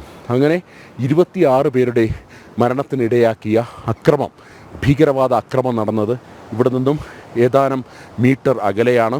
5 കിലോമീറ്റർ ഇതുവഴി കാൽനടയായി പോയാൽ മാത്രമേ അവിടെ എത്താൻ കഴിയൂ. ഈ മേഖല മുഴുവൻ ഇപ്പോൾ ആർമിയുടെയും അതേപോലെ തന്നെ ജമ്മു കാശ്മീർ പോലീസിൻ്റെയും CRPFിൻ്റെയും അവരുടെ ഒരു സുരക്ഷാ വലയത്തിലാണ്. ഇപ്പോഴും ആ സെർച്ചിങ് ഓപ്പറേഷൻ നടപടികൾ തുടരുകയാണ്. പ്രത്യേകിച്ച് ഇന്നലെ പല മേഖലകളിലും നുഴഞ്ഞുകയറ്റ ശ്രമങ്ങളുണ്ടായി എന്നുള്ള വിവരങ്ങളും ലഭ്യമാകുന്നുണ്ട്. അതുകൊണ്ട് തന്നെ എല്ലാ മേഖലകളിലും സുരക്ഷ കർശനമാക്കിയിരിക്കുകയാണ്. പഴുതടച്ചുള്ള സുരക്ഷാ ക്രമീകരണങ്ങളാണ് ഇവിടെ ഒരുക്കിയിട്ടുള്ളത്. ഒപ്പം ഇതുമായി ബന്ധപ്പെട്ട് 3 പേരുടെ രേഖാചിത്രങ്ങൾ പുറത്തുവിട്ടിട്ടുണ്ട്. അവരുടെ തലയ്ക്ക് 20 ലക്ഷം രൂപയാണ് വിലയിട്ടിരിക്കുന്നത്. അവരെ സംബന്ധിച്ച് എന്തെങ്കിലും വിവരം നൽകുന്നവർക്ക് 20 ലക്ഷം രൂപ നൽകുമെന്നാണ് കേന്ദ്ര സർക്കാർ പ്രഖ്യാപിച്ചിരിക്കുന്നത്. മാത്രമല്ല ഇതുമായി ബന്ധപ്പെട്ട അന്വേഷണത്തിലേക്ക് കടന്നപ്പോൾ പോലീസിനും അതേപോലെ തന്നെ ഇതുമായി ബന്ധപ്പെട്ട പ്രത്യേക അന്വേഷണ സംഘത്തിനും ബോധ്യമായ ഒരു കാര്യം, ഈ ഏതാണ്ട് 7 പേരോളം ഈ ഭീകരവാദ അക്രമത്തിൽ പങ്കെടുത്തു എന്നുള്ളതാണ്. ഇതിൽ ഏതാണ്ട് 3 പേർ അവർ പാകിസ്ഥാൻ സ്വദേശികളാണ്, അല്ലെങ്കിൽ പാകിസ്ഥാനുമായി നിരന്തര ബന്ധം പുലർത്തുന്നതാണ് എന്നുള്ളതാണ് കണ്ടെത്തിയിരിക്കുന്നത്. 2017 ഈ മേഖലയിൽ നിന്നും 3 പേർ പാകിസ്ഥാനിലേക്ക് പോവുകയും അതിനുശേഷം ഈ അടുത്ത സമയത്ത് ഇവിടേക്ക് മടങ്ങിയെത്തുകയും ആയിരുന്നു എന്നുള്ളതാണ്. ഈ 2017 അവർ പാകിസ്ഥാനിലേക്ക് പോയത് ജെയ്ഷെ ഇ മുഹമ്മദ് എന്നുള്ള ഭീകര സംഘടനയ്ക്ക് വേണ്ടിയാണ്. അതിൻ്റെ കൃത്യമായ ട്രെയിനിങ് അവർക്ക് ലഭിച്ചിട്ടുണ്ട് എന്നുള്ളതാണ്. സ്വാഭാവികമായും കഴിഞ്ഞ ദിവസം നടന്ന ഈ തീവ്രവാദ അക്രമവുമായി ബന്ധപ്പെട്ട് ജെയ്ഷെ മുഹമ്മദിൻ്റെ ഒരു സാന്നിധ്യം കൂടി അന്വേഷണ സംഘം സംശയിക്കുന്നു. ലഷ്കർ ഇ തോയ്ബയാണ് അക്രമത്തിന് പിന്നിലെന്നുള്ളത് വ്യക്തമായിരുന്നു. അതേപോലെ തന്നെ റെസിസ്റ്റൻസ് ഫ്രണ്ട് എന്നുള്ള സംഘടന ഇതിൻ്റെ ഉത്തരവാദിത്തം ഏറ്റെടുത്തെങ്കിലും വ്യക്തമായി ഇതിന് പിന്നിൽ ഈ പറയുന്ന ജെയ്ഷെ മുഹമ്മദിൻ്റെ സാന്നിധ്യവും അതേപോലെ തന്നെ ലഷ്കർ ഇ തോയ്ബയും ഉണ്ട് എന്നുള്ള കാര്യം അന്വേഷണ സംഘത്തിന് ബോധ്യമായിട്ടുണ്ട്. ഇന്നലെ NIA-യുടെ IG റാങ്കിലുള്ളൊരു ഉദ്യോഗസ്ഥരുടെ നേതൃത്വത്തിലുള്ള സംഘമാണ് ഇന്നലെ ഇവിടെ പരിശോധനയ്ക്കെത്തിയത്. കേന്ദ്ര ആഭ്യന്തരമന്ത്രിക്കൊപ്പം ആ സംഘം എത്തുകയും പിന്നീട് വിശദമായി അവർ ഇതുമായി ബന്ധപ്പെട്ട പരിശോധനകൾ നടത്തുകയുമായിരുന്നു. അതിനപ്പുറത്തേക്ക് ഇവിടുത്തെ ഈ കേസ് അന്വേഷിക്കുന്ന ലോക്കൽ പോലീസുമായി അവർ നിരന്തരം ബന്ധപ്പെടുന്നുണ്ട്. മാത്രമല്ല നിലവിൽ 1500-ലധികം ആൾക്കാരെ ഇതിനോടകം തന്നെ ഇതുമായി ബന്ധപ്പെട്ട് ചോദ്യം ചെയ്തു കഴിഞ്ഞു. നിരവധി ആൾക്കാർ കസ്റ്റഡിയിലാണ്. ഞാനൊന്ന് ഇടപെടുകയാണ്. പാലക്കാട്ടേക്ക് വളരെ പെട്ടെന്ന് പോവുകയാണെങ്കിൽ ബ്രിട്ടീഷുകാർക്കെതിരെ പോരാടിയ ധീരദേശാഭിമാനി സർ ചേറ്റൂർ ശങ്കരൻ നായർ സ്മൃതി ദിനമാണിന്ന്. പാലക്കാട് മങ്കരയിലെ ചേറ്റൂരിന്റെ സ്മൃതി മണ്ഡപത്തിൽ BJP നേതാക്കൾ പുഷ്പാർച്ചന നടത്തുകയാണ്. BJP ദേശീയ നിർവാഹക സമിതി അംഗം PK കൃഷ്ണദാസ്, പാലക്കാട് ഈസ്റ്റ് ജില്ലാ പ്രസിഡന്റ് പ്രശാന്ത് ശിവൻ അടക്കമുള്ള നേതാക്കൾ അവിടെ എത്തിയിട്ടുണ്ട്. പുഷ്പാർച്ചന നടത്തുന്നതിന്റെ തത്സമയ ദൃശ്യങ്ങളാണ്.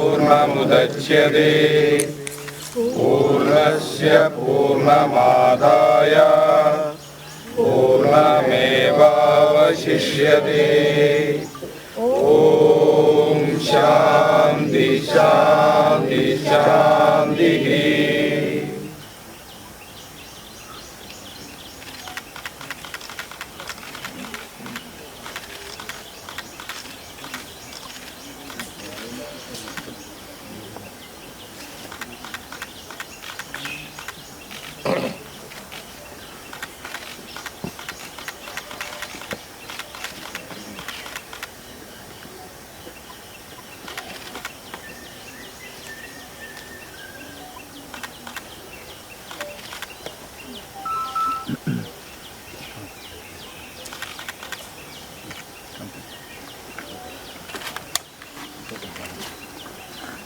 വളരെ പതുക്കെ ഓരോരുത്തരായിട്ട് വളരെ പതുക്കെ വന്നു.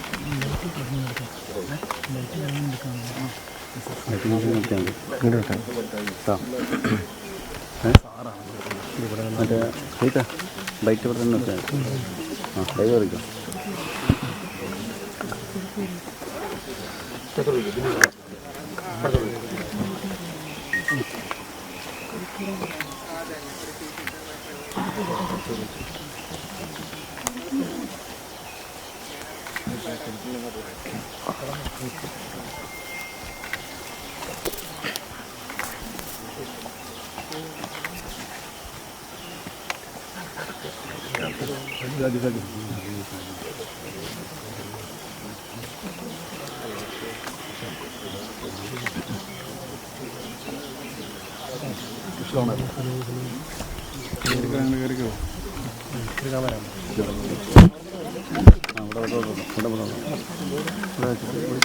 തീർച്ചയായും അതിൽ ഏറ്റവും എടുത്തു പറയേണ്ടത് ബിജെപിയുടെ സംസ്ഥാന ദേശീയ സമിതി നിർവാഹക സമിതി അംഗം പി കെ കൃഷ്ണദാസ് നേരിട്ടെത്തുകയാണ്. സാധാരണ DCC നിർദ്ദേശിച്ച ചെറിയൊരു പുഷ്പാർച്ചന മാത്രമാണ് ഈ സ്മൃതി മണ്ഡപത്തിൽ നടക്കാറുള്ളത്. ഇതിന്റെ ചരമവാർഷികത്തിൽ എന്തായാലും കോൺഗ്രസ് ചേറ്റൂർ ശങ്കരൻ നായരെ അവഗണിച്ചുവെന്ന ആക്ഷേപമാണ് BJP നേതാക്കൾ തുടക്കം മുതലേ ഉയർത്തിയത്. അതിന്റെ ഭാഗമായാണ് ഏറ്റവും ഒടുവിൽ ഇത്തരമൊരു പുഷ്പാർച്ചന എന്ന തരത്തിലേക്ക് കാര്യങ്ങൾ മാറിയിട്ടുള്ളത്. BJPയുടെ പരിപാടി കഴിഞ്ഞാൽ ഉടൻ തന്നെ കോൺഗ്രസിന്റെ പരിപാടി നടത്തും. ഇവിടെ നമുക്ക് ദൃശ്യങ്ങളിൽ വളരെ വ്യക്തമാണ് കോൺഗ്രസും BJPയും ഒരുമിച്ച് കൊടികൾ എല്ലാം തന്നെ ചേറ്റൂർ ശങ്കരൻ നായരുടെ മണ്ഡലയിലെ കെട്ടിയിരിക്കുന്ന കാഴ്ചയാണ് കാണുന്നത്. എന്തായാലും BJPയുടെ ചേർന്നിട്ടുണ്ട്. ദേശീയ സമിതി അംഗം ഉൾപ്പെടെയുള്ള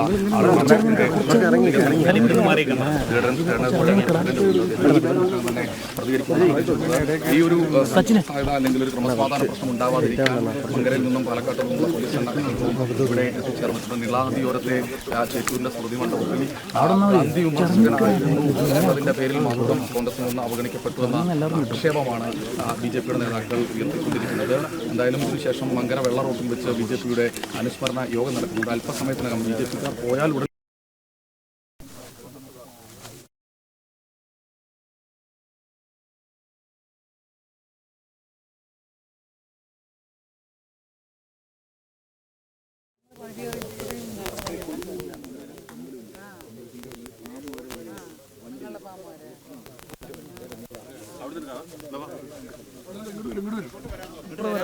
ആണോ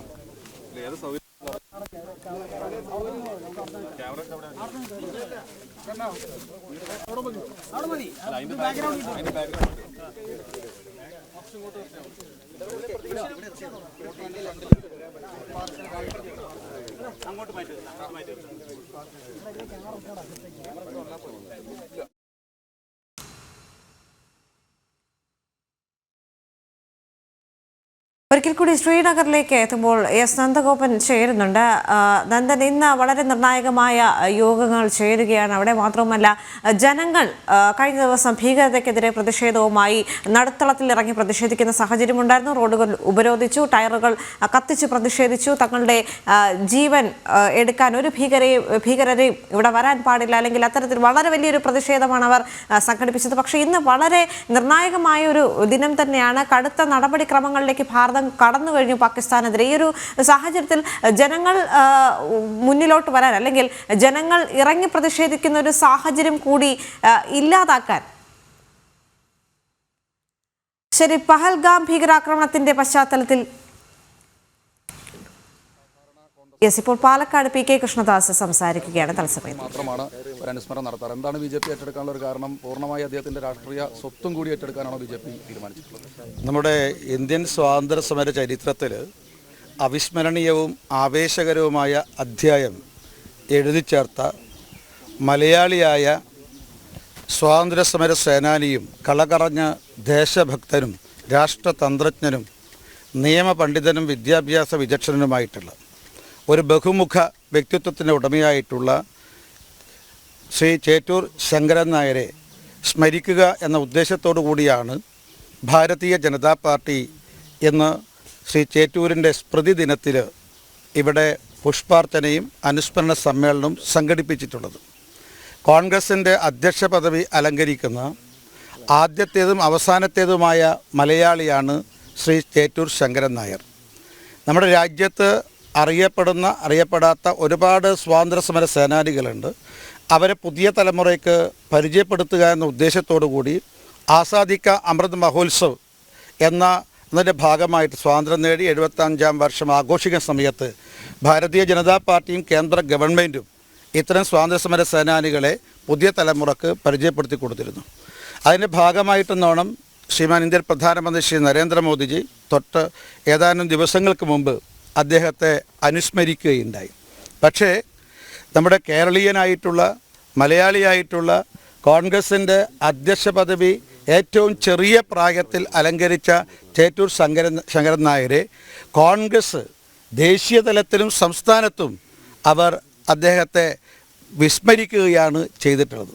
സത്യത്തിൽ ചേറ്റൂർ ശങ്കരൻ നായരെ അനാദരിക്കുകയും അപമാനിക്കുകയുമാണ് കോൺഗ്രസ് പാർട്ടി ചെയ്തിട്ടുള്ളത് എന്ന് നിസ്സംശയം നമുക്ക് അറിയാൻ സാധിക്കും. ഞങ്ങൾക്കിന്ന് സന്തോഷമുണ്ട്. ശ്രീമാൻ നരേന്ദ്രമോദിജിയും ഇന്ത്യൻ പ്രധാനമന്ത്രി നരേന്ദ്രമോദിജിയും ഭാരതീയ ജനതാ പാർട്ടിയും ശ്രീ ചേറ്റൂർ ശങ്കരൻ നായരെ അനുസ്മരിച്ചപ്പോഴാണ് കോൺഗ്രസ്സുകാർക്ക് ഈ സ്മൃതി മണ്ഡപത്തിലേക്ക് ഒന്ന് കടന്നു വരാൻ സാധിച്ചത്. ഏതായാലും ഇന്ന് കോൺഗ്രസിൻ്റെ നേതാക്കൾ ഇവിടെ വരുന്നുണ്ട് എന്നാണ് ഞാൻ അറിയുന്നത്. അത് ഞങ്ങൾക്ക് ചാരിതാർത്ഥ്യമുണ്ട്. കോൺഗ്രസ് നേതാക്കന്മാരെ ദേശസ്നേഹത്തിൻ്റെ പാതയിലേക്ക് കൊണ്ടുവരാൻ ഞങ്ങളുടെ ഈ പ്രവർത്തനം കൊണ്ട് സാധിച്ചു എന്നുള്ളതിലെ ചാരിതാർത്ഥ്യം ഞാൻ ആമുഖമായി തന്നെ പ്രകടിപ്പിക്കുകയാണ്. ഇത് ഒരുപക്ഷെ കോൺഗ്രസിനെ അഭിനന്ദനാക്കാൻ കാരണം അല്ലല്ല. നമ്മുടെ ഇത് ചേറ്റൂർ ശങ്കരൻ നായരോട് മാത്രമല്ല കോൺഗ്രസ് അനാദരവ് കാണിച്ചിട്ടുള്ളത്. നമ്മുടെ അംബേദ്കറോട് ഇതേ അനാദരവാണ് കാണിച്ചത്. സർദാർ വല്ലഭായ് പട്ടേലിനോട് ഇതേ അനാദരവാണ് കാണിച്ചത്. ചേറ്റൂർ ശങ്കരൻ നായരോട് ആ അനാദരവ് തുടർന്നു. പിന്നെ കേളപ്പജിയോട്, KP കേശവമേനോനോട് ഇതേ അനാദരവ്. കാരണം ഇവരൊന്നും നെഹ്റു കുടുംബത്തിലല്ല ജനിച്ചത് എന്നുള്ളതാണ് ഈ അനാദരവിൻ്റെ അടിസ്ഥാനപരമായ ഒരു കാരണം ഇന്ത്യൻ സ്വാതന്ത്ര്യ സമര ചരിത്രം ഒരു കുടുംബത്തിൻ്റെ, നെഹ്റു കുടുംബത്തിൻ്റെ മാത്രം കുത്തകയാക്കി മാറ്റാൻ വേണ്ടിയിട്ട് കോൺഗ്രസ് പരിശ്രമിച്ചു. മാത്രമല്ല കേരളത്തിലെ കോൺഗ്രസ് ശ്രീ ചേറ്റൂർ ശങ്കരൻ നായരെ ഈ അനാദരിക്കാൻ അല്ലെങ്കിൽ സ്മരിക്കാതിരിക്കാൻ കാരണം മുസ്ലിം ലീഗിനോടുള്ള ഭയമാണ്, അതേപോലെ തീവ്രവാദ സംഘടനകളോടുള്ള ഭയമാണ് എന്ന് ഭാരതീയ ജനതാ പാർട്ടി ആരോപിക്കുകയാണ്. കാരണം ഈ പറഞ്ഞ പോലെ BJPയുടെ നേതാവും കേന്ദ്രമന്ത്രിയായ സുരേഷ് ഗോപി അടക്കം വന്ന് സ്മാരകം നിർമ്മിക്കാനുള്ള നടപടി അടക്കം സ്വീകരിക്കുമെന്നുള്ള തരത്തിൽ പറഞ്ഞില്ല. അങ്ങനെ എന്തെങ്കിലും BJPയുടെ ആലോചനയിലുണ്ട്? അല്ല, ഞങ്ങൾ അതിനെക്കുറിച്ച് ഞങ്ങൾ ജില്ലാ സംസ്ഥാന നേതൃത്വം അതിനെക്കുറിച്ച് ആലോചിക്കും. കാരണം ഞാൻ നേരെ സൂചിപ്പിച്ചല്ലോ, എന്തുകൊണ്ടാണ് കേരളത്തിലെ കോൺഗ്രസ്, ദേശീയതലത്തിൽ പോട്ടെ, കേരളത്തിലെ കോൺഗ്രസ് ഈ മഹാനുഭാവനെ മറക്കാൻ കാരണം? നോക്കൂ നിങ്ങൾ, അദ്ദേഹം നമ്മുടെ ബ്രിട്ടീഷ് ഭരണകാലത്ത് ഉന്നത പദവി അലങ്കരിച്ച ആളാണ്. വൈസ്രോയി കൗൺസിൽ അംഗമായിരുന്നു. പക്ഷേ ജാലിയൻ വാലാബാഗ് കൂട്ടക്കൊലയിൽ പ്രതിഷേധിച്ചുകൊണ്ടാണ് അദ്ദേഹം മുഴുവൻ രാജിവെച്ചുകൊണ്ട് ദേശാഭിമാന ബോധത്തിൻ്റെ ആധാരത്തിൽ അദ്ദേഹം രാജ്യസ്നേഹപരമായിട്ടുള്ള ഇന്ത്യയുടെ സ്വാതന്ത്ര്യ സമര പോരാട്ടത്തിൽ അത് സജീവമായി പങ്കെടുത്തത്. അദ്ദേഹത്തിൻ്റെ എല്ലാ പദവികളും വലിച്ചെറിഞ്ഞു. അദ്ദേഹത്തിന് കിട്ടിയിട്ടുള്ള എല്ലാ പദവികളും വലിച്ചെറിഞ്ഞു.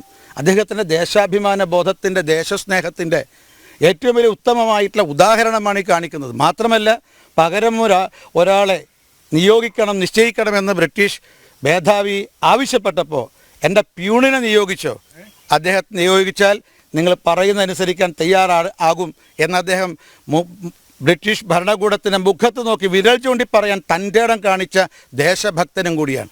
അത്തരമൊരു ദേശഭക്തനെയാണ് തമസ്കരിക്കാൻ കോൺഗ്രസ് തയ്യാറായത്. കാരണം രാഷ്ട്രത്തിന് വേണ്ടിയിട്ട് ത്യാഗത്തിൻ്റെ, സഹനത്തിൻ്റെ, സമർപ്പണത്തിൻ്റെ പാത സ്വീകരിച്ചവരെ വിസ്മരിക്കുകയും രാഷ്ട്രത്തിൻ്റെ സ്വത്ത് കുടുംബത്തിൻ്റെ സ്വത്താക്കി മാറ്റിയിട്ടുള്ള സോണിയ, രാഹുൽ, പ്രിയങ്ക, ബാദ്ര കുടുംബത്തെയാണ് ഇന്നത്തെ കോൺഗ്രസ് നേതൃത്വം മാതൃകയായി സ്വീകരിച്ചത്. അവർ സ്വാതന്ത്ര്യ സമരത്തിൽ പങ്കെടുത്ത ശ്രീമാൻ RSS തലവനായിട്ടുള്ള ഡോക്ടർ കേശവലാൽ ഗഡ്ഗേവറിനെ മറന്നതിൽ നമുക്ക് ആരും അത്ഭുതപ്പെടേണ്ട. ചേറ്റൂരിനെ മറന്ന കോൺഗ്രസ് നേതൃത്വം ഈ ഡോക്ടർ കേശവലാൽ ഗഡ്ഗേവറിനെ പോലെയുള്ള ധീരരായിട്ടുള്ള സ്വാതന്ത്ര്യ സമര സേനാനികളെ, അംബേദ്കറെ പോലെയുള്ളവരെ, മഹാത്മജിയെ പോലും, സർദാർ വല്ലഭായ് പട്ടേലിനെ പോലും വിസ്മരിച്ചതിൽ അത്ഭുതമില്ല. പക്ഷെ ഇപ്പോൾ ഞാൻ പറയുന്നത് ഒരു മലയാളിയാണ് ശ്രീ ചേറ്റൂർ ശങ്കരൻ നായർ. അദ്ദേഹം കോൺഗ്രസിൻ്റെ അധ്യക്ഷ പദവി അലങ്കരിച്ച ആദ്യത്തെയും അവസാനത്തെയും ആളാണ്. പക്ഷേ എന്നിട്ട് കേരളത്തിലെ കോൺഗ്രസ് അദ്ദേഹത്തെ അനാദരിക്കാൻ ആണ് തയ്യാറായത്. കാരണം അദ്ദേഹത്തിന് 1921 വംശീയ കലാപത്തോട്, മാപ്പിള കലാപത്തോട് അദ്ദേഹത്തെ അഭിപ്രായം ഉണ്ടായിരുന്നു. അതൊരു വംശീയ കലാപമാണെന്ന് അദ്ദേഹം വളരെ വ്യക്തതയോടുകൂടി സമൂഹത്തോട് തുറന്നു പറഞ്ഞ ആളാണ്. അതാണ് മഹാത്മജിയൊക്കെ ഏറ്റെടുത്തത്. അതിൽ മുസ്ലിം ലീഗിന് അതിർത്തിയുണ്ട്, തീവ്രവാദ സംഘടനകൾക്ക് അതിർത്തിയുണ്ട്. അതുകൊണ്ട് 2000 ഒരുപക്ഷെ തെരഞ്ഞെടുപ്പുകളൊക്കെ മുന്നിൽ കണ്ടുകൊണ്ട് മുസ്ലിം ലീഗിനെ ഭയപ്പെട്ടുകൊണ്ട്, തീവ്രവാദ സംഘടനകളെ ഭയപ്പെട്ടുകൊണ്ടാണ് ഈ ഇന്നത്തെ കോൺഗ്രസ് നേതൃത്വം ഈ ചേറ്റൂർ ശങ്കരൻ നായരോട് അനാദരവ് കാണിക്കാൻ തയ്യാറായത് എന്നുള്ളതാണ് ഞങ്ങളുടെ ആരോപണം. പക്ഷേ ഇതുപോലുള്ള ദേശാഭിമാനികളെ പുതിയ തലമുറയ്ക്ക് പരിചയപ്പെടുത്തി കൊടുക്കാൻ, അവരുടെ ജീവിതം ഒരു സാധനാ പാഠമാകണം പുതിയ തലമുറക്ക് എന്ന കാഴ്ചപ്പാടിൻ്റെ അടിസ്ഥാനത്തിലാണ് ഞങ്ങൾ ഈ പരിപാടിയുമായിട്ട് മുന്നോട്ട് പോകുന്നത്. കോൺഗ്രസിൻ്റെ ഒരു പ്രതികരണം എന്നുള്ളത് നിങ്ങൾക്ക് കൊള്ളാവുന്ന സ്വാതന്ത്ര്യ സമര സേനാനികൾ ആരുമില്ല, അതുകൊണ്ട് ഇങ്ങനെ ഓരോരുത്തരെ ഏറ്റെടുക്കുകയാണെന്നാണ് പറയുന്നത്. അല്ല, ഞങ്ങൾ ഈ ഏറ്റെടുക്കുന്നത് കൊണ്ട് കോൺഗ്രസ്സിന് പഴയകാല കുറേ കോൺഗ്രസ് നേതാക്കന്മാരെ കുറിച്ച് സ്മരിക്കാൻ സാധിച്ചല്ലോ. അവർ വിസ്മൃതിയിലാണ്ട് പോയതാണ്. പക്ഷെ ഒരു കാര്യം ഉറപ്പാണ്, ഈ സ്വാതന്ത്ര്യ സമര ചരിത്രത്തിൻ്റെ പാരമ്പര്യം അവകാശപ്പെടാൻ സോണിയാഗാന്ധിയുടെയും രാഹുൽ ഗാന്ധിയുടെയും പ്രിയങ്കയുടെയും വാദ്രായുടെയും നേതൃത്വത്തിലെ കോൺഗ്രസ്സിന് അവകാശമില്ല.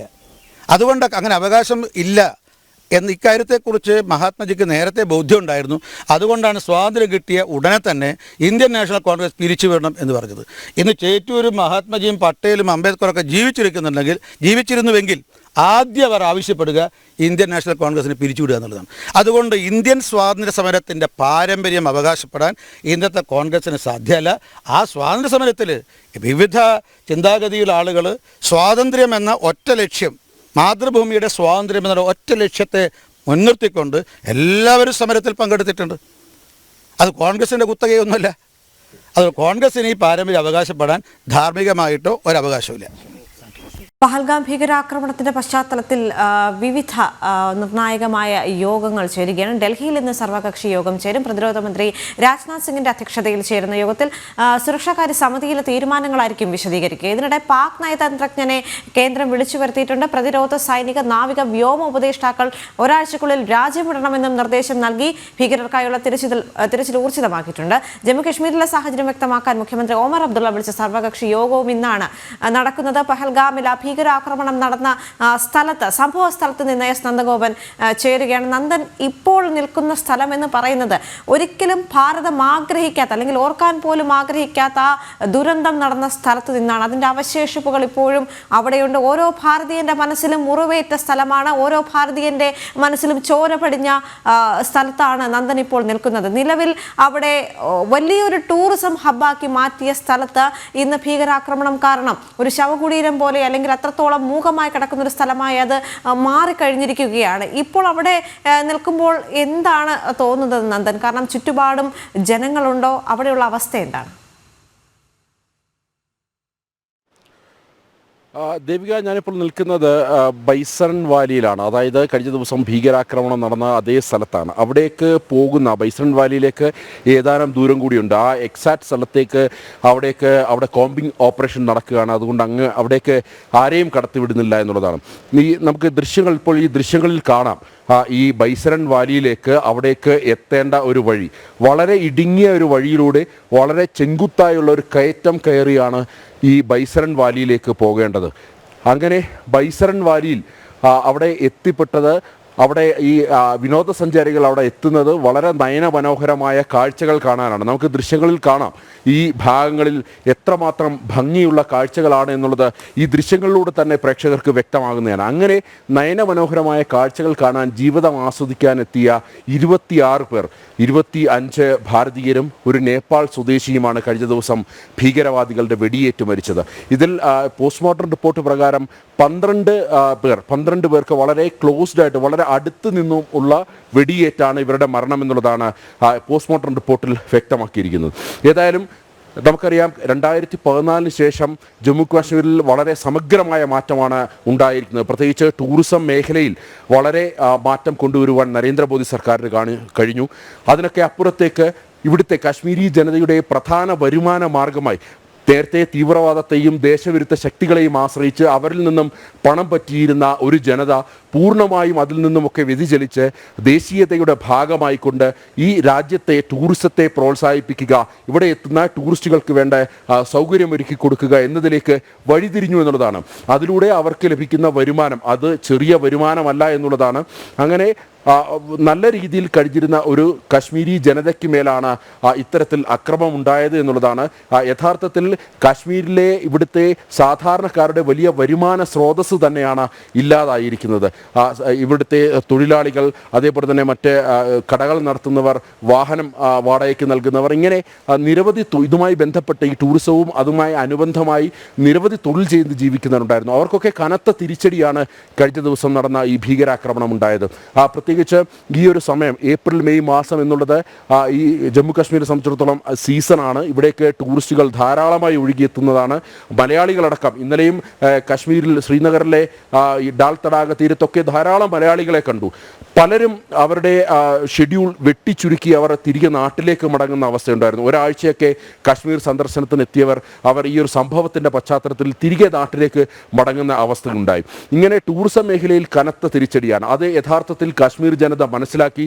അതുകൊണ്ട് തന്നെയാണ് ഇന്നലെ അവർ ബന്ദ് ആചരിച്ചുകൊണ്ട് ഈ തീവ്രവാദത്തിനെതിരെ ശക്തമായി പ്രതിഷേധിക്കാൻ തീരുമാനിച്ചത്. ഇന്നലെ ഈ കാശ്മീരിലുടനീളം വലിയ പ്രകടനങ്ങൾ നടന്നു. അതേപോലെ തന്നെ മെഴുകുതിരികൾ കത്തിച്ച് ഈ മരണപ്പെട്ടവരുടെ ആത്മാക്കൾക്ക് നിത്യശാന്തി നേർന്നുകൊണ്ടുള്ള പ്രാർത്ഥനകൾ നടന്നു. സ്ത്രീകൾ, സാധാരണഗതിയിൽ മുസ്ലിം സ്ത്രീകൾ തെരുവിലേക്ക് ഇറങ്ങി പ്രതിഷേധിക്കുന്നത് അപൂർവമായ കാഴ്ചയാണ്. അങ്ങനെ ഇവിടുത്തെ കാശ്മീരിലെ മുസ്ലിം സ്ത്രീകൾ പോലും തെരുവിലിറങ്ങി പ്രതിഷേധിക്കുന്ന അവസ്ഥയായിരുന്നു ഇന്നലെ ഉണ്ടായിരുന്നത്. കാര്യം അവരുടെ ജീവിതത്തെ, അവരുടെ വരുമാനത്തെ, അവരുടെ അധ്വാനത്തെ ഒക്കെ കാര്യമായി ഈ ഭീകരവാദം അല്ലെങ്കിൽ ഈ കഴിഞ്ഞ ദിവസം നടന്ന അക്രമം അത് ബാധിച്ചു എന്നുള്ളതാണ്. ഏതായാലും ഇതുമായി ബന്ധപ്പെട്ട് ഇപ്പോൾ നിലവിൽ അന്വേഷണം പുരോഗമിക്കുകയാണ്. 26 പേരുടെ മരണത്തിനിടയാക്കിയ കൊടും ഭീകരരെ കണ്ടെത്തുവാൻ വേണ്ടി പ്രത്യേക ടീം രൂപീകരിച്ചുകൊണ്ടുള്ള അന്വേഷണമാണ് പുരോഗമിക്കുന്നത്. നിലവിൽ ഇപ്പോൾ ഈ പെഹൽഗാമിലെ ഈ ബൈസരൻ വാലിയിൽ NIA സ്പെഷ്യൽ ടീം ഇപ്പോഴും ഇവിടെയുണ്ട്. അതിൻ്റെ ഇൻവെസ്റ്റിഗേഷൻ നടക്കുകയാണ്. കഴിഞ്ഞ ദിവസം NIA IG നേതൃത്വത്തിലുള്ള സംഘമാണ് ഇതുമായി ബന്ധപ്പെട്ട് തെളിവെടുപ്പിനും മറ്റും ഇവിടെ എത്തിയത്. ഇപ്പോഴും CRPF അതേപോലെ തന്നെ ജമ്മു കാശ്മീർ പോലീസിൻ്റെയും സൈന്യത്തിൻ്റെയും IB ഒക്കെ ഉദ്യോഗസ്ഥരെ കൂട്ടിയിണക്കിക്കൊണ്ടുള്ള പ്രത്യേക സംഘം ഇതുമായി ബന്ധപ്പെട്ട അന്വേഷണം നടത്തുകയാണ്. അതിനൊപ്പം തന്നെ ഈ വെടി ഉതിർത്തതിന് ശേഷം ഇത്രയും പേരെ കൊലപ്പെടുത്തിയതിനു ശേഷം കാടിനുള്ളിലേക്ക് മറഞ്ഞ ആ കൊടും ഭീകരരെ കണ്ടെത്താനാകണമെന്നുള്ളതാണ് പ്രധാനമായും ഭാരതത്തെ സംബന്ധിച്ചിടത്തോളം ഒരു വെല്ലുവിളി. പ്രത്യേകിച്ച് വലിയ പൈൻ കാടുകളാണ് ഈ മേഖലയിൽ. ആ കാട്ടിനുള്ളിൽ നമുക്ക് ദൃശ്യങ്ങൾ കാണാം. ഇതേപോലുള്ള ഈ കാട്ടിനുള്ളിൽ നിന്നുമാണ് ഈ ഭീകരവാദികൾ ഓടിയെത്തുന്നത്. ഇതേപോലെ നടന്നു പോകുന്നവരുടെ അടുത്ത് ഇതേപോലുള്ള മല, ചെങ്കുത്തായ മലകൾ ഇറങ്ങി വരുന്നവരുടെ അടുത്ത് നേർക്കാണ് അവർ വരുന്നത്. അവർ വന്ന് ആദ്യം ചോദിക്കുന്നത് അവരുടെ പേരാണ്. ആ പേരിൽ അവരുടെ മതം മനസ്സിലാക്കാൻ കഴിഞ്ഞില്ലെങ്കിൽ നേരിട്ട് മതം തന്നെ ചോദിക്കുന്നു. ഹിന്ദു ആണെന്ന് മനസ്സിലാക്കിയാൽ അവരെ വെടിവെച്ച് കൊലപ്പെടുത്തുന്നു. അതായിരുന്നു കഴിഞ്ഞ ദിവസം ഇവിടെ ഉണ്ടായത്. ഇത് വലിയ രാജ്യത്ത് മാത്രമല്ല ലോകരാഷ്ട്രങ്ങളാകെ തന്നെ ഇതിനെ അവലംബിച്ച് രംഗത്തെത്തിയിരുന്നു. പ്രത്യേകിച്ച് അമേരിക്കയും റഷ്യയും അടക്കമുള്ള വൻകിട രാഷ്ട്രങ്ങളൊക്കെ തന്നെ ഇതിനെ അവലംബിച്ചു രംഗത്തെത്തിയിരുന്നു.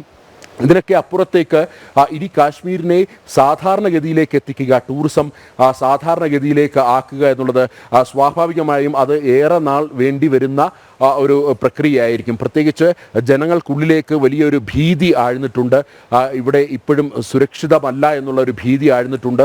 അതുകൊണ്ട് തന്നെയാണ് ഈ ഒരാഴ്ചയൊക്കെ സന്ദർശനത്തിനെത്തിയവർ അത് മടക്കി, അത് വെട്ടിച്ചുരുക്കി തിരികെ മടങ്ങുന്ന ഒരു അവസ്ഥയുണ്ടാകുന്നത്. ഇപ്പോൾ നിലവിൽ ജമ്മു കാശ്മീരിലെ ഒരു അവസ്ഥ സൂചിപ്പിക്കുമ്പോൾ ഇവിടെ ജമ്മു കാശ്മീർ പോലീസും അതേപോലെ തന്നെ CRPF സൈന്യവും ഒപ്പം തന്നെ BSF ഇങ്ങനെ 4 വിഭാഗങ്ങൾ അവർ കൃത്യമായി സുരക്ഷ ഒരുക്കുന്നുണ്ട്.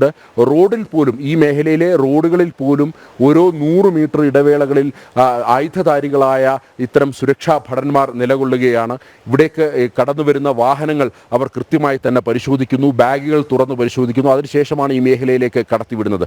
ഏതായാലും ഇപ്പോൾ ഈ ബൈസരൻ വാലിയിൽ അത് സാധാരണഗതിയിലേക്ക് ആയിട്ടില്ല. ടൂറിസം സാധാരണഗതിയിലേക്ക് എത്തിയിട്ടില്ല. ഇവിടേക്ക് ടൂറിസ്റ്റുകളെ കടത്തിവിടുന്നിട്ടില്ല. ഇപ്പോഴും ഇവിടെ വലിയ റെസ്ട്രിക്ഷൻ നടക്കുന്നു. ഞാൻ നേരത്തെ സൂചിപ്പിച്ചു, ഈ ബൈസരൻ വാലിയിൽ ഇപ്പോൾ കോമ്പിംഗ് ഓപ്പറേഷൻ നടക്കുകയാണ്. നമുക്ക് അതിൻ്റെ ദൃശ്യങ്ങൾ കാണിക്കുവാനോ അല്ലെങ്കിൽ അത് പകർത്തി കാണിക്കുവാനോ കഴിയില്ല. അത് പ്രത്യേകിച്ച് ഉദ്യോഗസ്ഥർ അതിന് നിർദ്ദേശം നൽകിയിട്ടുണ്ട്. ഈ കാണുന്ന കുന്നിനപ്പുറത്ത് ആണ് ആ ബൈസരൻ വാലി എന്നുള്ള യഥാർത്ഥ കൊല നടന്ന പ്രദേശം. ഇങ്ങനെ അവിടെ നിന്നും ഇങ്ങനെ വഴിയിറങ്ങി വരുന്നവർക്കായിരുന്നു ഈ അക്രമം ഉണ്ടായത് എന്നുള്ളതും ആണ് എടുത്തു പറയേണ്ടത്. ഏതായാലും ഇതുമായി ബന്ധപ്പെട്ട് സുരക്ഷ കർശനമാക്കിയതിനപ്പുറത്തേക്ക് ഇന്നിപ്പോൾ വൈകുന്നേരം 3:30 ഒമർ അബ്ദുള്ള സർവകക്ഷി യോഗം ചേർന്നിട്ടുണ്ട്. ഇതിനെ അപലപിക്കുക എന്നതിനപ്പുറത്തേക്ക് നിലവിൽ കാശ്മീരിൽ ഇത്തരം ഭീതി നിലനിൽക്കുന്ന ഒരു സാഹചര്യത്തിൽ അത് പൂർണ്ണമായും ഒഴിവാക്കി വീണ്ടും ടൂറിസം സജ്ജമാക്കുക, ഒപ്പം തന്നെ ഇപ്പോൾ ദേശീയ തലത്തിൽ അല്ലെങ്കിൽ ജനങ്ങൾക്കുള്ളിൽ നിൽക്കുന്ന ആ ഭീതി അകറ്റുവാൻ വേണ്ടി മുഴുവൻ രാഷ്ട്രീയ പാർട്ടികളും സംഘടനകളും ഒന്നിച്ചു നിന്നുകൊണ്ട് അതിനുവേണ്ടി കർമ്മരംഗത്തേക്ക് ഇറങ്ങണമെന്നുള്ളതായിരിക്കും സ്വാഭാവികമായും ഒമർ അബ്ദുള്ള മുന്നോട്ട് വെക്കാൻ പോകുന്ന ഒരു നിർദ്ദേശം.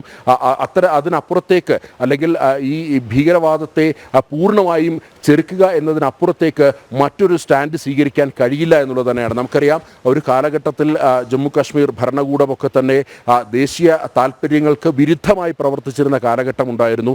എന്നാൽ ആർട്ടിക്കിൾ 370 അടക്കം റദ്ദാക്കിയ സംഭവം, അതിനൊപ്പം തന്നെ പൂർണ്ണമായും ഭാരതം മുഴുവൻ ഇത്തരത്തിൽ ദേശീയതയുടെ അലയൊലികൾ മുഴങ്ങുമ്പോൾ ജമ്മു കാശ്മീരിൽ മാത്രമായി എങ്ങനെ മാറി നിൽക്കാൻ കഴിയില്ല എന്നുള്ള ഉത്തമ ബോധ്യം ഇപ്പോൾ ഇവിടുത്തെ ഭരണകൂടത്തിനുണ്ട്. സ്വാഭാവികമായും ഇന്നത്തെ ഈ സർവകക്ഷി യോഗത്തിൽ അതുതന്നെയാകും, അല്ലെങ്കിൽ ഈ ടൂറിസം വീണ്ടും പ്രോത്സാഹിപ്പിക്കുക അല്ലെങ്കിൽ ജനങ്ങൾക്കുള്ളിൽ നിൽക്കുന്ന ഭീതി അകറ്റുക എന്നുള്ള ലക്ഷ്യത്തോടെയാകും ഈ സർവകക്ഷി യോഗം ചേരുന്നത് എന്നുള്ളതാണ് മനസ്സിലാക്കാൻ കഴിയുന്നത്. ഏതായാലും പാകിസ്ഥാനെ സംബന്ധിച്ചിടത്തോളം പാകിസ്ഥാനും കനത്ത ഭീതിയിൽ തന്നെയാണ് നിലനിൽക്കുന്നത്. ഭാരതം നടത്തിയ നയതന്ത്ര സർജിക്കൽ സ്ട്രൈക്ക് പാകിസ്ഥാന് കൃത്യമായി കൊള്ളേണ്ടിടത്ത് കൊണ്ടു എന്നുള്ളത് തന്നെയാണ് മനസ്സിലാക്കേണ്ടിയിരിക്കുന്നത്. ശരി, ജിഷ്ണു കൃഷ്ണൻ കൂടി ചേരുന്നുണ്ട് ഡൽഹിയിൽ നിന്ന്. ജിഷ്ണു, ഇന്ന് ഡൽഹിയിൽ വളരെ പ്രധാനപ്പെട്ട യോഗം ചേരുകയാണ്. സർവകക്ഷി യോഗമാണ് ചേരുന്നത്. പ്രതിരോധ മന്ത്രി രാജ്നാഥ് സിംഗിന്റെ അധ്യക്ഷതയിലാണ് യോഗം ചേരുന്നത്. അതോടൊപ്പം തന്നെ കഴിഞ്ഞ ദിവസം അദ്ദേഹം പറഞ്ഞിരുന്നു, ഈ ഭീകരാക്രമണം നടത്തിയവർ മാത്രമല്ല, ഇതിന് പിന്നിൽ പ്രവർത്തിച്ച ആരൊക്കെ ആയാലും അവർക്കെതിരെ കനത്ത തിരിച്ചടി ഉണ്ടാകുമെന്ന് അദ്ദേഹം പറഞ്ഞു വെക്കുന്ന സാഹചര്യം ഉണ്ടായിരുന്നു. അതിനു വേണ്ടിയുള്ള നടപടിക്രമങ്ങളാണ് ഇനി വരുന്ന മണിക്കൂറുകളിൽ നമുക്ക് കാണാൻ സാധിക്കുന്നത്. ഒരു കനത്ത തിരിച്ചടി തന്നെ പാകിസ്ഥാനെതിരെ ഉണ്ടാകുമെന്നുള്ള കാര്യത്തിൽ സംശയമില്ല. നിലവിൽ അവിടെ എന്താണ് സംഭവിക്കുന്നത്?